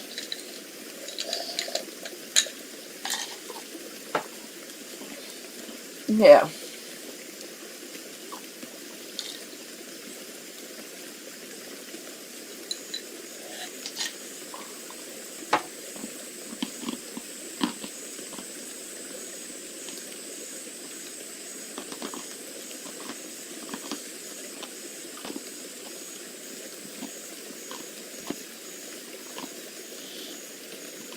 And then, like, they picked up on the palpitations and that on the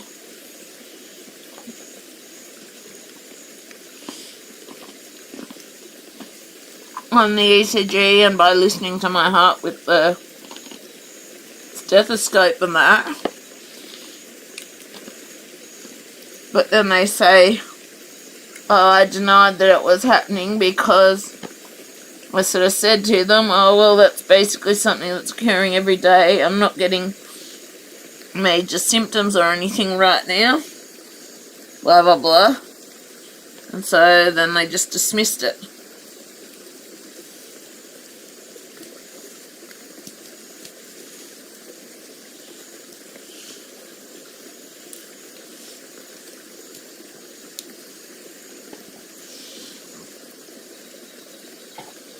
Like, I wasn't denying that it was there or that it was a problem or anything.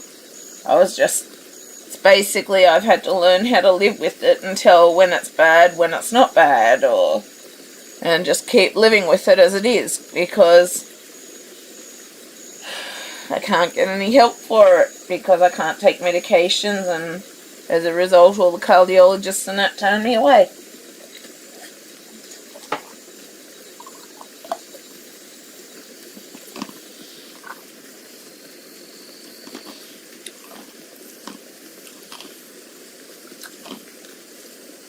And it's hard to treat when your blood pressure is fluctuating between low and high and all in between at the same time.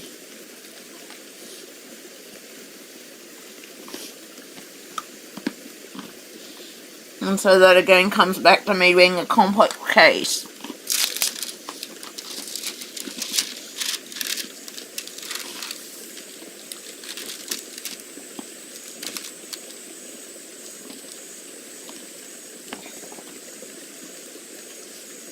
Hence we can't help you because we have no clue what's going on, which probably the fact they say that is better than not admitting that and using me like a guinea pig, but still. It basically means that I can't get help or find answers or anything like that because everything is considered normal, or they have no clue what to do because of how complex all my symptoms and all the issues are.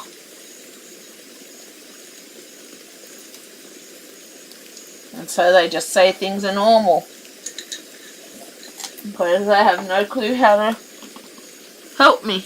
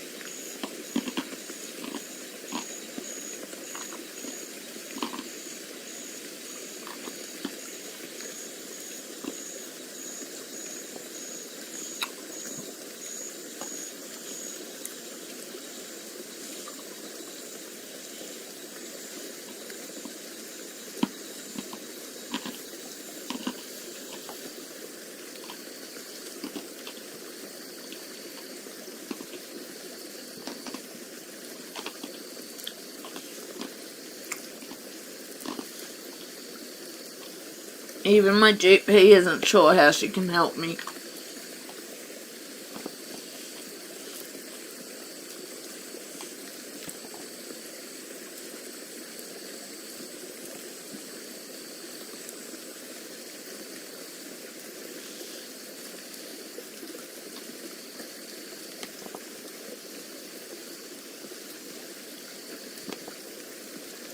So I'm just trying to do the best I can.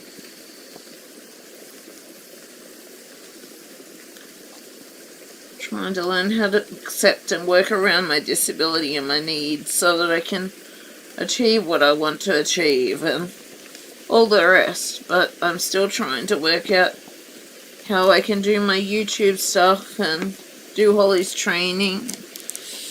Try and get out to do my groceries and so on and so forth. But I've just got to keep thinking about it, and eventually I'll work out how I'm able to do it all. That's the goal anyway.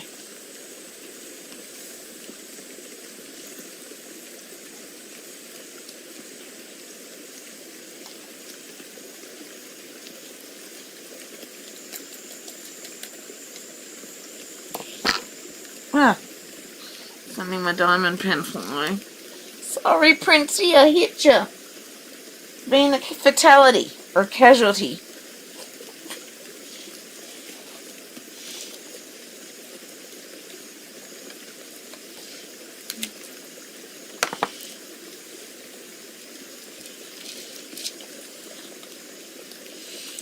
That's just what's happened to me, and over time anyway.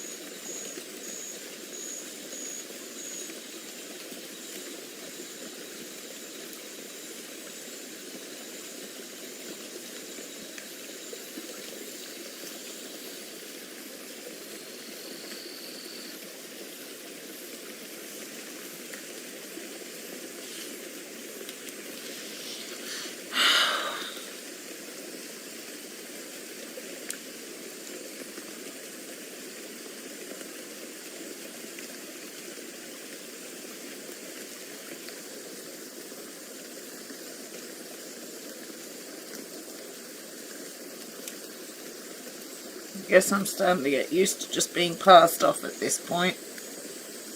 I've kind of given up trying to go to people to get answers because I never do get answers and I just get sent off again.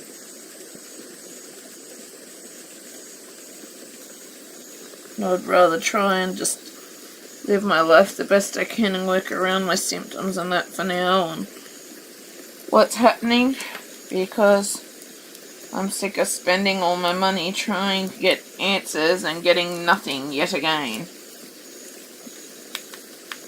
Good girl, Holly.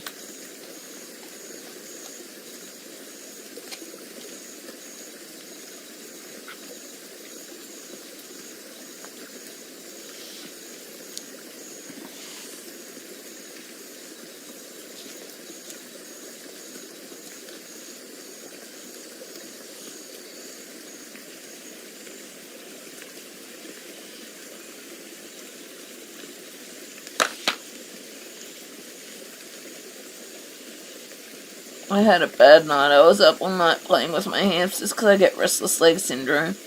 Nerve damage from dialysis. Sorry to hear that. I really am sorry to hear that. I get spasms and stuff in my ankles thanks to my ankle surgeries and that. I keep getting muscle spasms up my legs and down there because of the sublux knees and all of the rest. Fun times. I'm really sorry to hear that you have to deal with that though.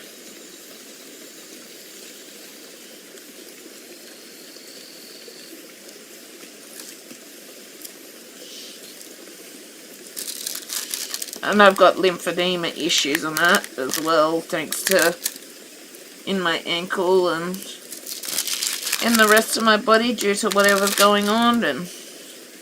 But yeah, I'm just trying to move forwards with my life regardless of all that stuff, and hoping with time I might be able to find something that allows me to strengthen myself a bit and exercise a bit and work on losing some of the weight and blah blah blah blah blah.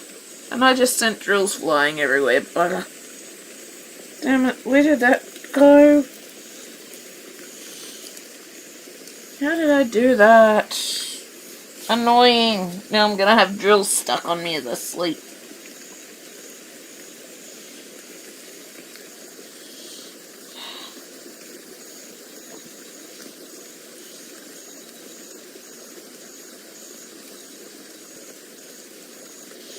Because I was trying to push it in and my hand did its spasm thing and sent things flying everywhere. I really know what happened. I just get annoyed by it, so I don't want to admit that it happened.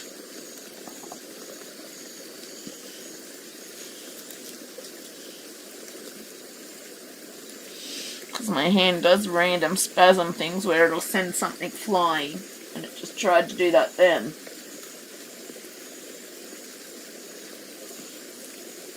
It did.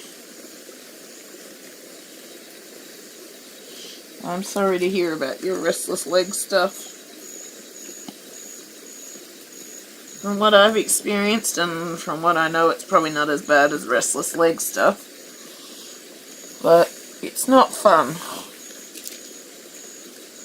Particularly when it stops you sleeping because your leg and foot and that keeps kicking and you can't control it or stop it.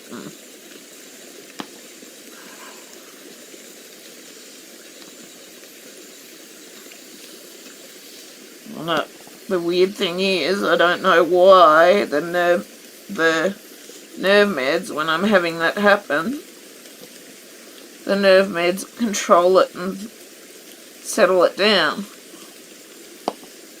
Just like with my hand and wrist pains and stuff like that I get at night with the numbness and tingling and that. But I've kind of been surprised that it helps settle those spasms, which to me makes me think that maybe the spasms aren't muscle related like I thought, but nerve related, because I was given nerve damage in my ankle and that from the surgeries and stuff like that.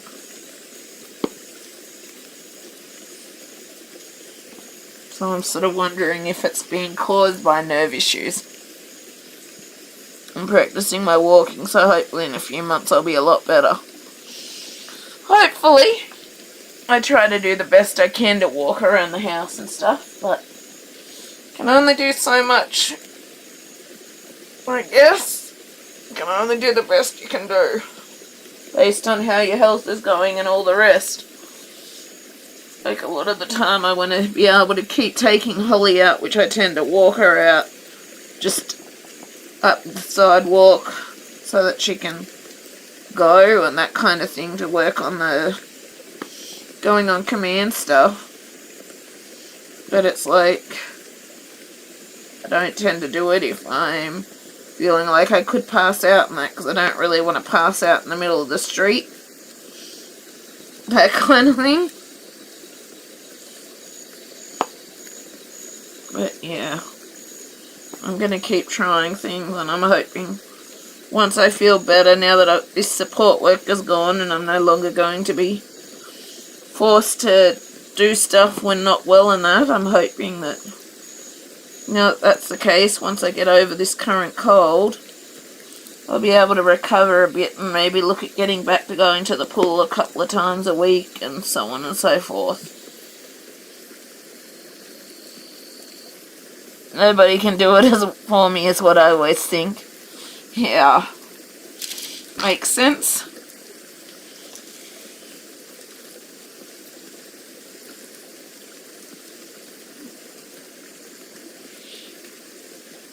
But my muscles up. Yeah. Well, I'd been lacking muscles after all the ankle surgeries and that in the left leg, and whilst it's improved to an extent, there is a lot of lymphedema issues and that kind of thing occurring there as well, so. But yeah. It is what it is, I guess.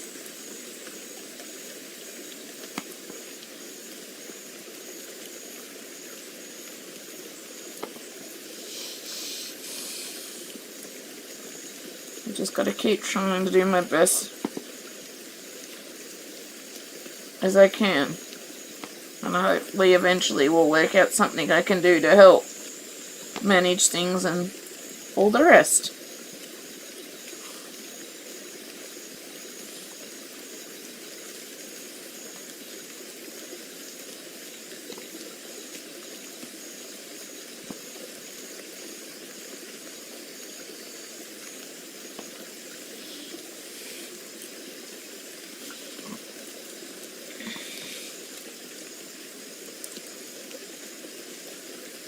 But I hope you have luck in building your muscles up anyway. Sorry, I misunderstood that for a minute because I was so tired.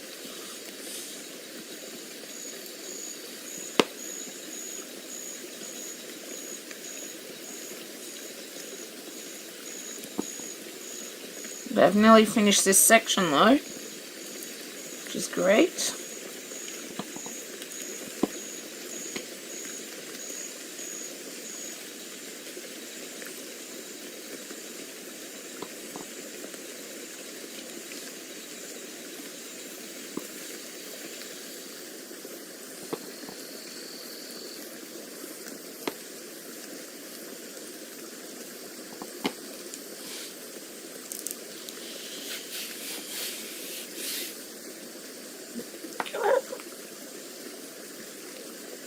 If you don't use your muscles, they start wasting away, so I need to build my leg muscles back up. Swimming is an excellent idea for you.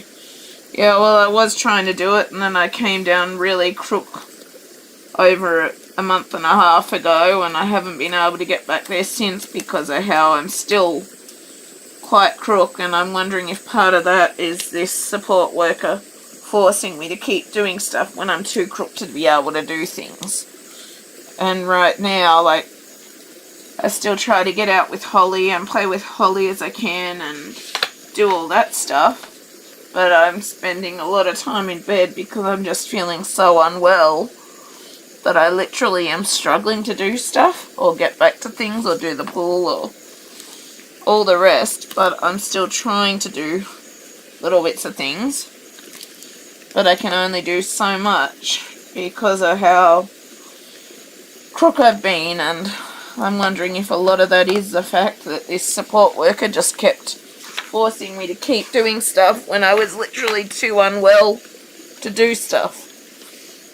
Well, I think that's part of it anyway, but basically it got to the point that I was just that unwell and my body basically burnt out and crashed, and it's been that way since. It has.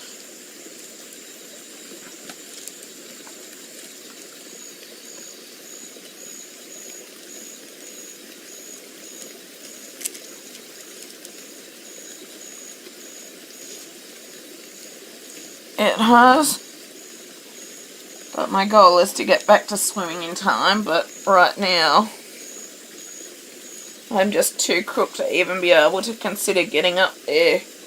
And it is hard enough as it is to get Holly out for her exercise that she needs and to keep trying to work on her training and so on and so forth. Really, what I need to do is just be able to crash in bed and rest and recover a bit because I'm just been so crook.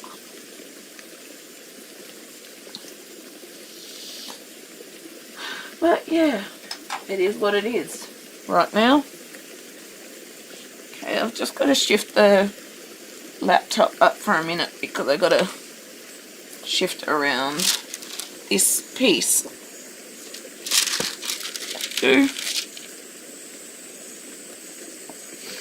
But yeah.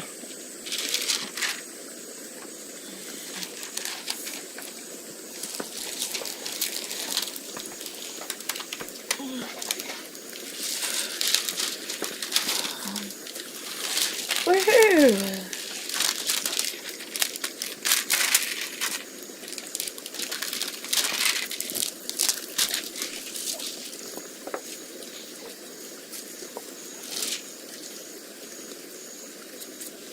I can basically only do so much when I'm really crook.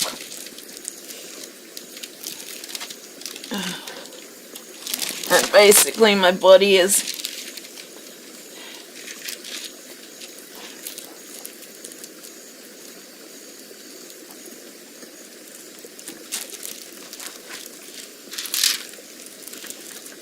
basically at the stage where it's burnt out and I just physically cannot manage anything, and as a result I'm getting colds and that really easily and all of that just because my body is so overtaxed right now. Yeah, I've got Ehlers-Danlos syndrome as well as my autism and anxiety and postural orthostatic tachycardia and all of that. But Ehlers-Danlos syndrome is basically a condition that deteriorates as you age. It is, and it basically is it's a genetic disorder, but the hypermobile variant doesn't have a test to tell it yet because they don't know the genes that cause it. And the hypermobile, and it basically means as you age, basically your condition goes downhill, you deteriorate. Some people deteriorate more than others, and it affects some people more than others. But basically it means as you age, because your connective tissues and stuff deteriorate, so as you age you get more issues, more disability, so on and so forth.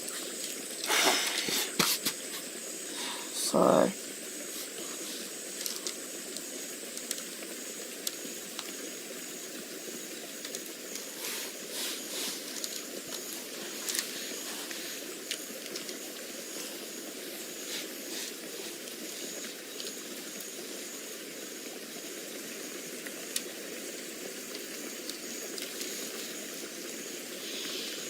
that Ehlers-Danlos syndrome is infamous for deteriorating as you age.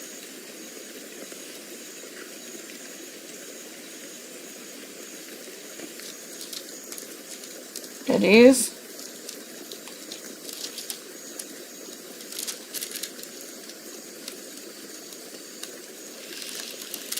Don't ask me how they can't see it on the scans.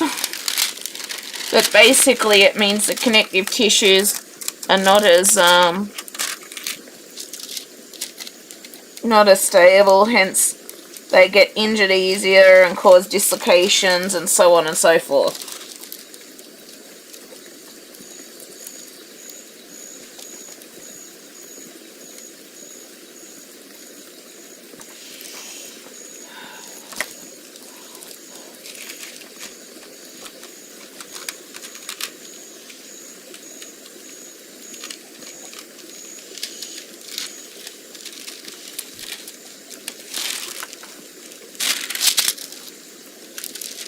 There you are, magnet.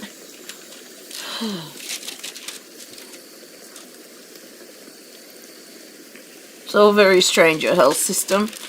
Tell me about it.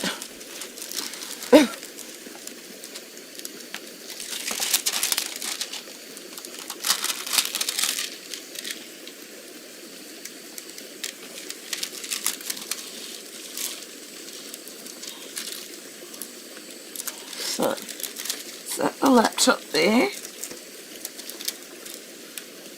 think so.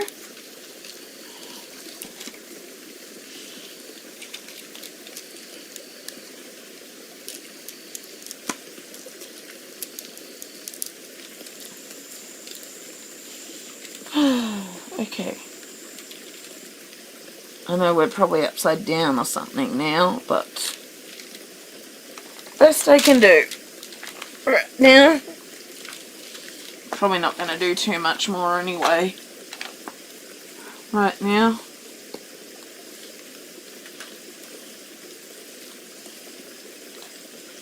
So I think I'm going to head to bed very shortly.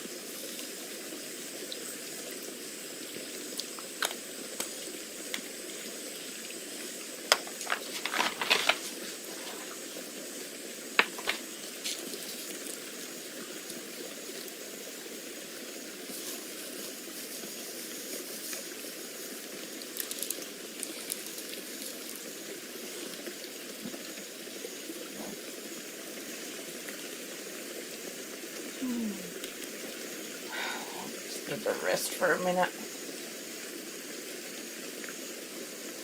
Will do.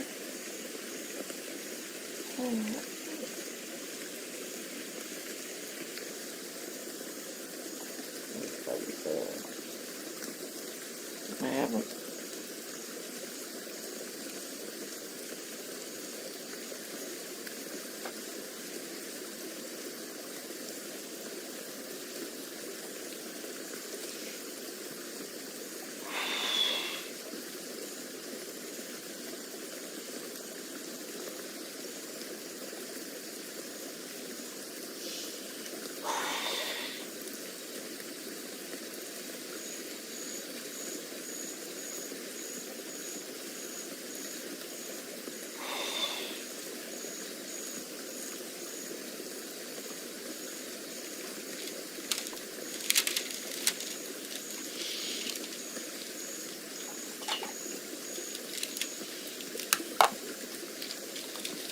Try doing some of this black before I head off to bed, but I've finished the other section now.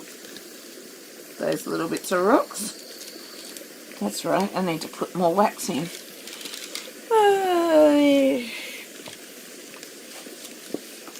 So I don't think I'm going to do more than the black if I do finish the black anyway.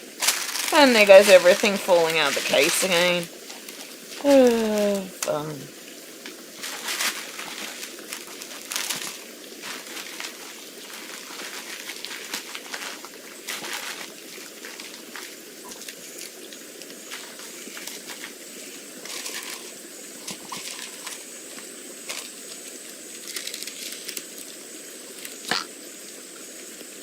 You had a boyfriend before?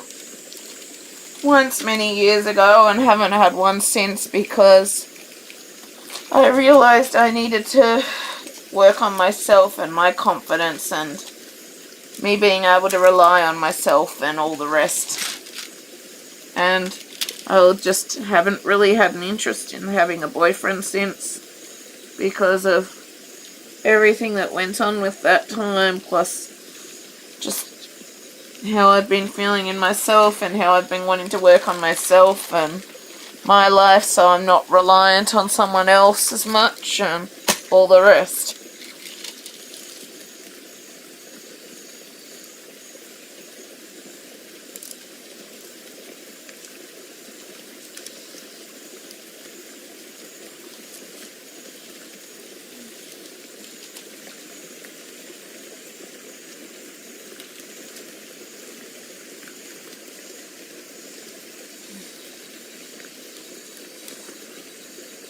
It didn't work out, obviously, with the other boyfriend, and it showed me a lot eventually when I realised. It showed me a lot how I needed to really work on myself and not be so dependent on others and all the rest.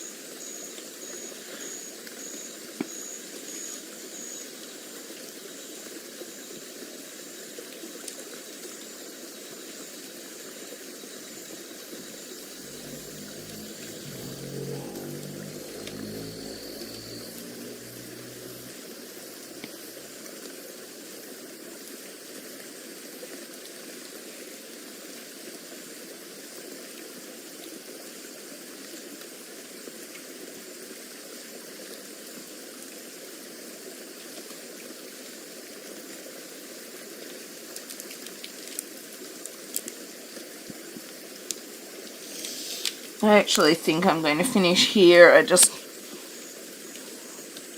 need to get along. Maybe a year or so, I don't know. Might have been a bit more than a year, I don't really remember. And I have no idea. Now, I can't really answer much about that because I've put it all out of my memory and don't really remember anything about it anymore. But I think I'm going to go to bed anyway because I'm just starting to feel really off colour. So, yeah, I'm just packing things away and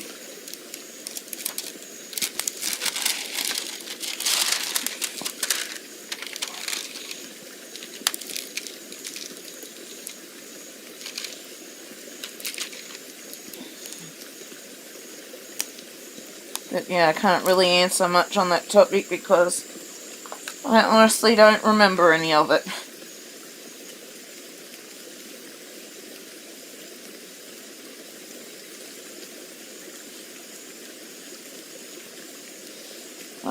I don't remember how long we're together or specific details or anything like that. I honestly don't.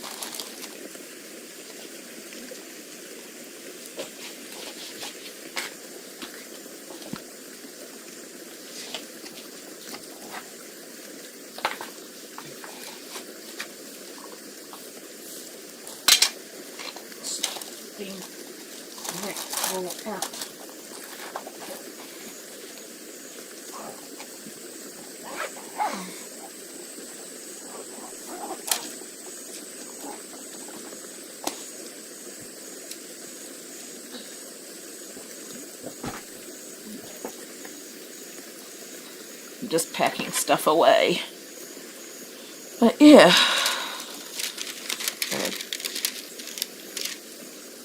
It must have been interesting then.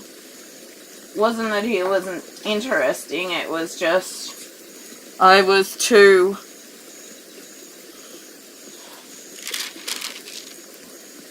it wasn't that, it was just basically I put it all out of my mind because he was the one that decided to call it off because I was too clingy and all of the rest, and I couldn't see the red flags, and I just didn't want to do anything myself or any of that sort of stuff, and that was what made me realize that I don't want another boyfriend. I don't think I am right now. I've got a lot of excess weight thanks to the lymphedema and that, and I don't like it. But thank you. And basically, because I just, with my disability and stuff, I didn't know how to rely on myself in that, and as a result, he called it off, and I was really upset about it all and that, and I just couldn't, I didn't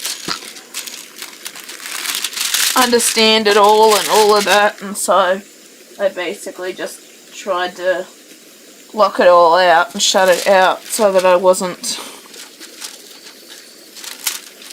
how do I say, constantly thinking about it and all the rest.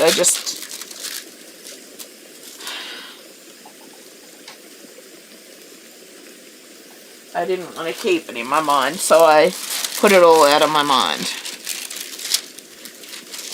But thank you for saying that, but I'm not quite sure that that's the case right now, but yeah.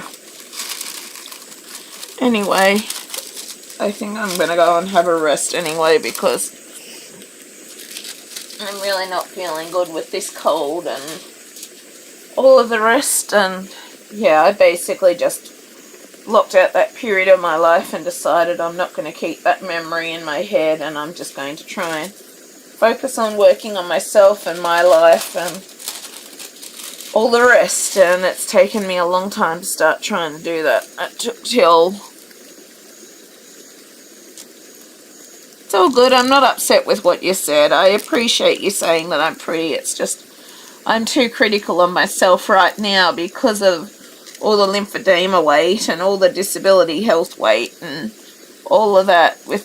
I guess I'm just a little too critical of myself and how I was, and wishing that I could still be the way I used to be, and that I wasn't dealing with all the deterioration and all the health issues and the lymphedema. And I'm not upset at you. I've just been really upset at myself and how I look and how I feel about myself and all of that, and I'm just really starting to try and work on that stuff. And I really appreciate you saying that I'm pretty and all of that, but it's just I struggle to see that in myself right now, if that makes sense. Sometimes it's hard to see in yourself what others see in you based on your personality and all the rest. So it's like I really appreciate you seeing that in me, but I'm just really struggling to see things in myself because of all I'm dealing with. And it's like I really struggle with feeling good about myself and how I look and that, because of all the disability stuff and how that's affecting me. But I know that it's not particularly based on that says whether you're pretty or not or all of that. And it's just, I've just been really critical of myself lately, and I'm trying to work on all of that. But you have no reason to say sorry or anything, Emma. It's just, and with the boyfriend stuff, it's just, I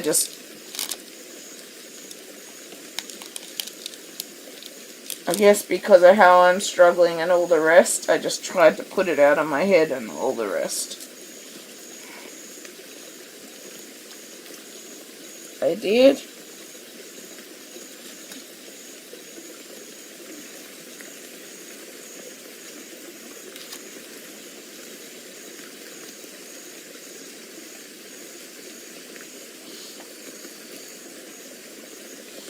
But you have no reason to apologize. I guess I'm just trying to learn not to be so critical about myself and to accept myself for who I am and all the rest, and it's still a struggle for me to do that and to learn how to do that.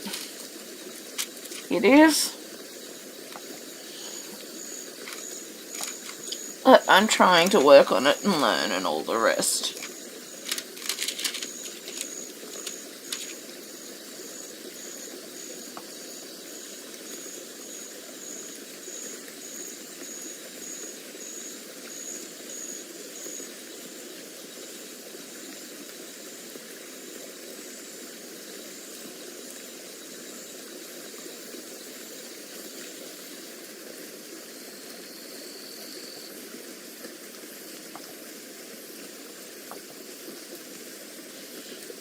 I think we all wish we were like we used to be. You really are Bonnie, and you have lovely hair. You're not just a disability, you are you. Thanks. It's just hard sometimes to see that when everyone treats me like some dumb disabled person that doesn't know how to do things, or that needs to be told what I need to take or how I need to do things, or this or that. It's been a real struggle these past few months, and that's why I haven't been on YouTube, because I've been really struggling with all of that, and I didn't want to bring all this negativity and stuff into the YouTube stuff again. But I guess now people will understand what's been going on, why I've been away for so long and all the rest. I guess they will. But yeah, I think I'm going to try and go to bed anyway and get some rest and recover, and tomorrow's another day, and I've just got to keep working on being positive and trying to think of the good things and trying to get rid of the negatives out of my life and all of that. And at least I'm trying to de-stress and stuff by doing some diamond painting and all the rest, and yeah.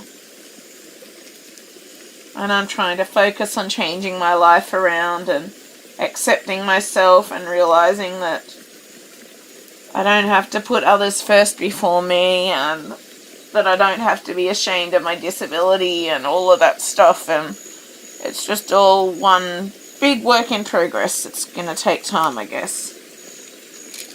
It is.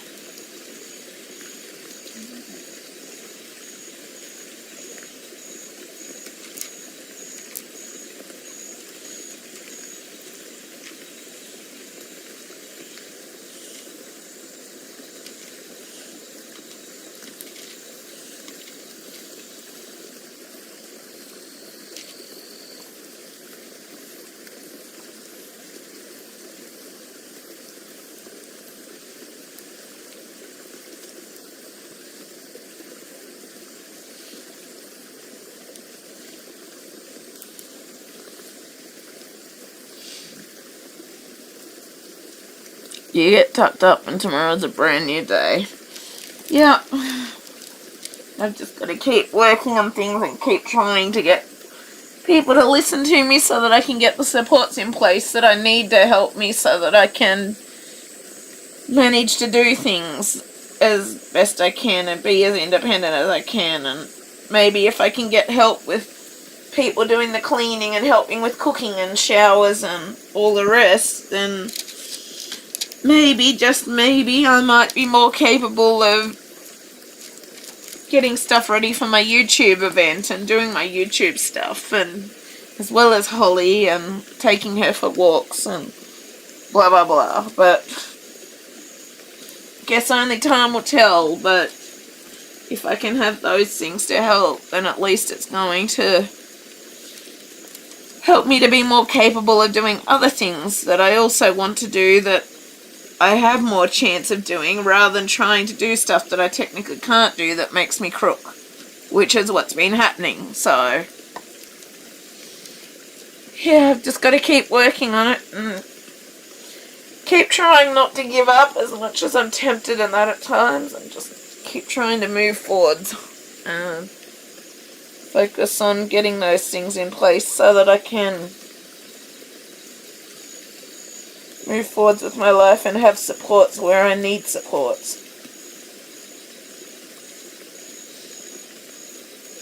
It is.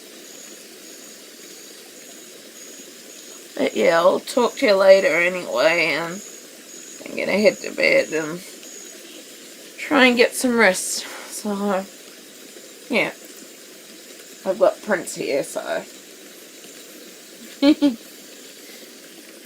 I've had him beside me the whole time. But I don't like to put him on the canvas in case his hair gets stuck on the glue and rips his hair off. It's the last thing he needs after all he's done helping me through things. So, yeah, I'll talk to you later anyway. And, yeah, at least I finished one section anyway, and I did a couple of drills on another, but at least that other piece is finished now. So, yeah, I'll talk to you later anyway. You do have friends, even though we might be halfway around the world. Oh, thank you, I appreciate it. Sometimes it's hard to remember that I've got friends when they're online friends that I've never met, and it's like, or when I sort of fall out of contact with people that it's not like they're not still friends, it's just sometimes it's hard to remember that when you don't really have a lot of friends in real life, and it's like, online is still real life, but it's sometimes hard to remember that just because of the fact that it's online and I haven't actually gotten the chance to ever meet any of you in person, and so it's sometimes hard to remember that even though you are friends, it's sometimes hard to remember that you have someone when it's just when you've never actually gotten the chance to meet in person kind of thing.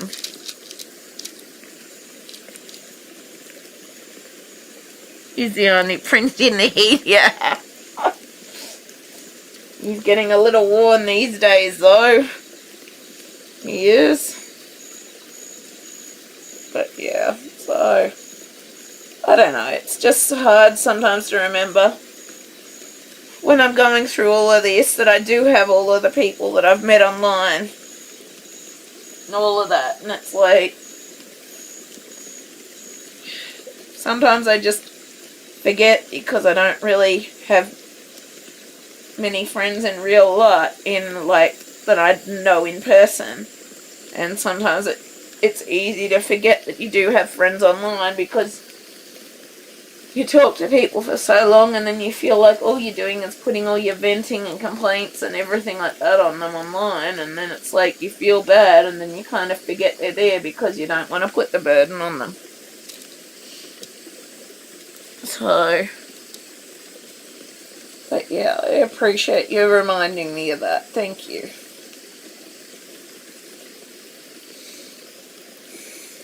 And so I don't always remember people there because I sort of felt like I was burdening people on there too much, and so I stopped basically. I did. But yeah, thank you. It's good to have those reminders at times. It is.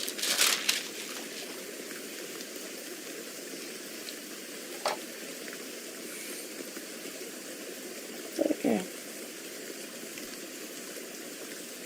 I messaged you because I was worried about you.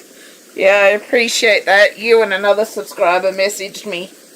Actually, another one found me on Instagram because you're both worried about me, and I appreciated that a lot. It actually came at the right time because I was seriously thinking, what's the point of life? When you both messaged. Literally, if not for Holly, I think I would have killed myself this time if not for her. Her and Lily and them needing me was all that kept me going. And I was so close to just wanting to kill myself. And they were the only thing that kept me here.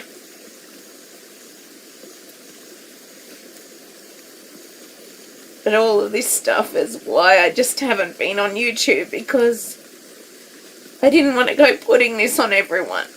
I didn't want this channel to be all the downer stuff, all the negatives, all the struggles, all the difficulties I've been going through.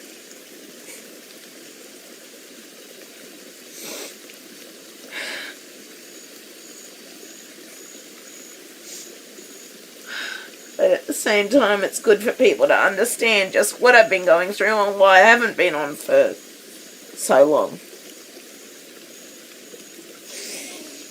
But yeah, I'm just going to keep working on it and keep working on making it as best a life for myself as I can. If you ever feel like that, get in touch with me. Thank you. I didn't want to put it on people. I didn't even tell my real life friend that I was feeling that way till ages into it.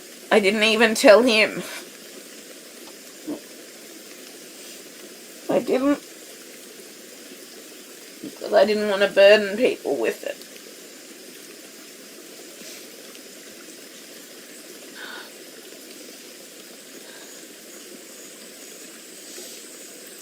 Lucky for Holly and Lily, that was all that kept me here.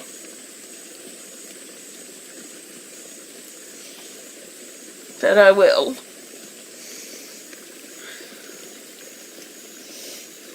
But yeah, I should probably try and get some rest and try and recover from this cold. And at least I finished the section that I wanted to finish anyway. A bit over 2.5 rows in now, which is great. And yeah, I'm going to try and get some rest. And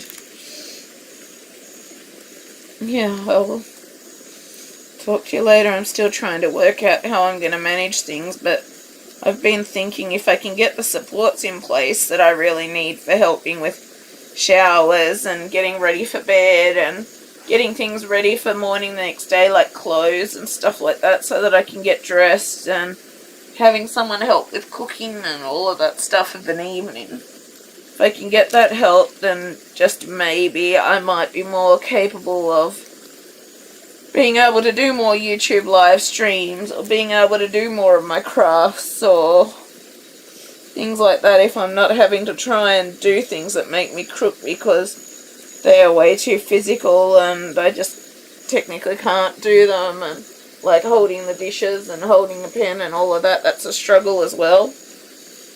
But it's like, maybe I might have a bit more capacity for doing my crafts and the things that I love if I can get the help in other areas that I really need the help in. So maybe it might allow a bit more capacity to do those things, as well as making sure that I'm able to do Holly's training and all the rest. Just finding Holly's hair all over prints. Sometimes I find she rests something on it, or her hair just floats, or so on and so forth. But I'm thinking if I had those helps and supports to do the things that I technically really can't do, but I've been having to do, that's been making me crook, and why I've been mostly bedridden for the past 1.5 months and sick with colds and burnt out and all of that. You're doing good and you're never a burden. I'm proud of you. Now go and get your beauty rest. Thanks, Emma. But I'm thinking if I can get those supports in place that I really need to help with those things that take a lot more effort that I really struggle with, then maybe I'll have, and I'm not saying that they can do anything to do with Holly's training or exercising her or playing with her. I want to still do that stuff. But if I can have help with things like cleaning, doing dishes, cooking meals, that kind of thing, because I really struggle with all of those things, and maybe I'll have more capacity for doing my YouTube stuff and the Peggy Collins event and all of that sort of stuff like I want to do. And I'm hoping that this new OT will be able to help work out those things, and then we'll be able to go for a review thing with my NDIS plan and try and get things happening and in place with what I need. So, and that she'll be able to help with suggestions for how I might be able to use my jigsaw puzzle table without the risk of fainting and all of the rest. So hopefully she might be able to help me to get back to doing jigsaw puzzles and that too. And if I can get my which I need to get my space cleaned for when she comes. If I can get my table cleaned out there, then hopefully I might be able to start recording colouring tutorials and stuff like that again. And yeah. I can't remember if I transferred off a colouring tutorial that I started with a new book or not, when I just tested if I was able to do it at one point. But I kind of want to work through each individual project that I'd started with that, because there's like 11 different colouring tutorials, and I want to work on finishing each of those. I do. And then I want to, same for the jigsaw puzzles, I want to work on finishing each of those projects that I've got work in progresses, because at that point I thought the way that I worked best was rotating between it. But now I've realised it's not rotating between everything that works the best for me, it's focusing on one project at a time, because I realised I was actually confusing myself constantly switching between projects.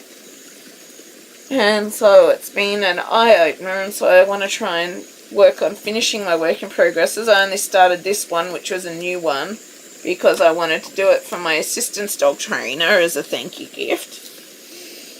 And I've actually got a second one of this, so in the future if I want one for myself, I've got it, kind of thing.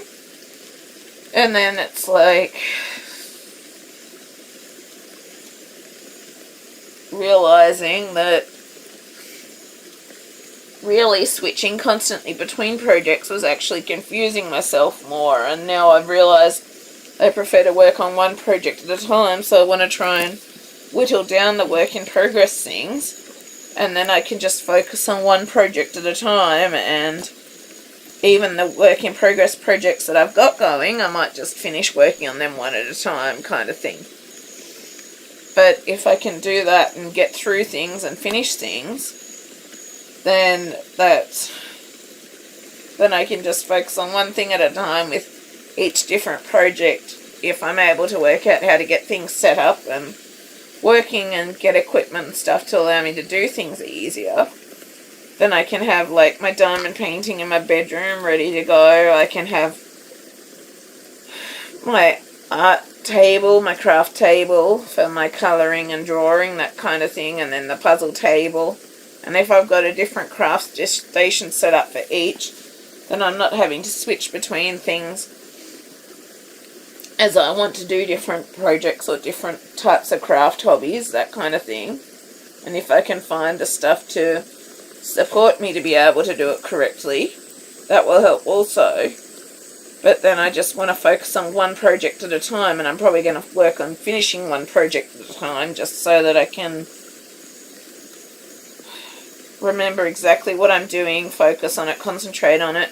Like I was saying last night, I kind of get a bit bored with the browns and that at times, but I know it's going to be beautiful at the end. And same for like one of the projects that I'm working on, just has a lot of bulk black and blues kind of thing, and I get kind of bored with that, but at the end I know it's beautiful and it's an image I love, kind of thing.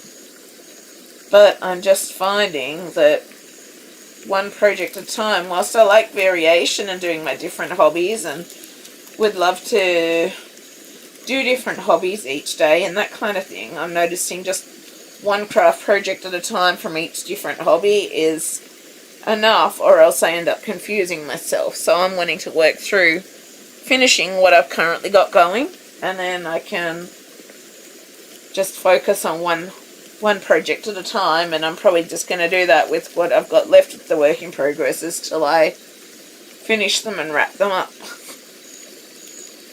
I really hope she manages to get you the support you need. Write a list of the projects you need to get done and tick them off as you finish them.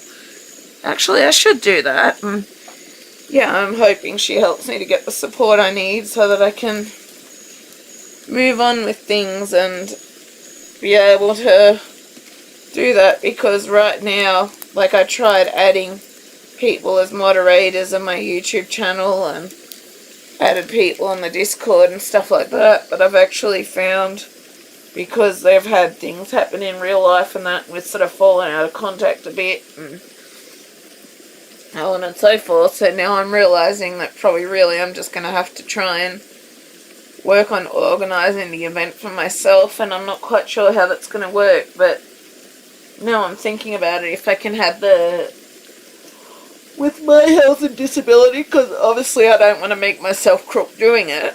I was going to have it like a 2 or 3 month span event, but now I'm thinking if I can have people to support me with other things, and hopefully, and if I only do like a live stream every couple of days, or try and have everything prepared in advance a couple of months before anything starts, so that I've got time to rest before it, and so on and so forth.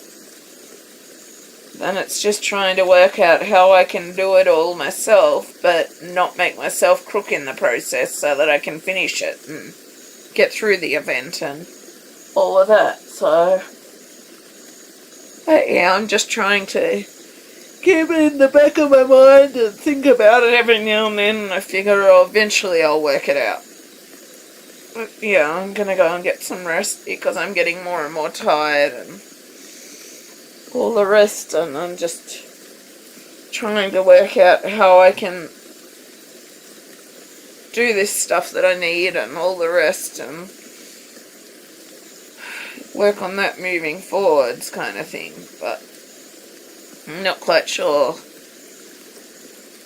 But I've been thinking a lot, really, the support worker thing. I really need them at night to shower and do meals and help me get ready for bed, because I tend to find night time is when I'm actually at my worst and when I really do need the support. So, but yeah, I'll work on it anyway and we'll get there. And I'm not really even sitting in the camera screen much at the moment, so I'm just starting to feel really drowsy and like I need to rest, and still got to clean my teeth yet, so I'm going to head off to bed anyway and finish packing this up, and I will talk to you later. Thanks for joining me on the stream, Emma, and I hope you have a good day there. I really need to crash. Oh. I thought that I probably wouldn't be on as long tonight, but I was still on longer than I expected, but at least I got the section done that I wanted done, so I'm happy about that. Yeah, I'll talk to you later anyway, I'm sure. I hope you have a good evening or a good day, or whichever it is there now. And I will talk to you later. Bye.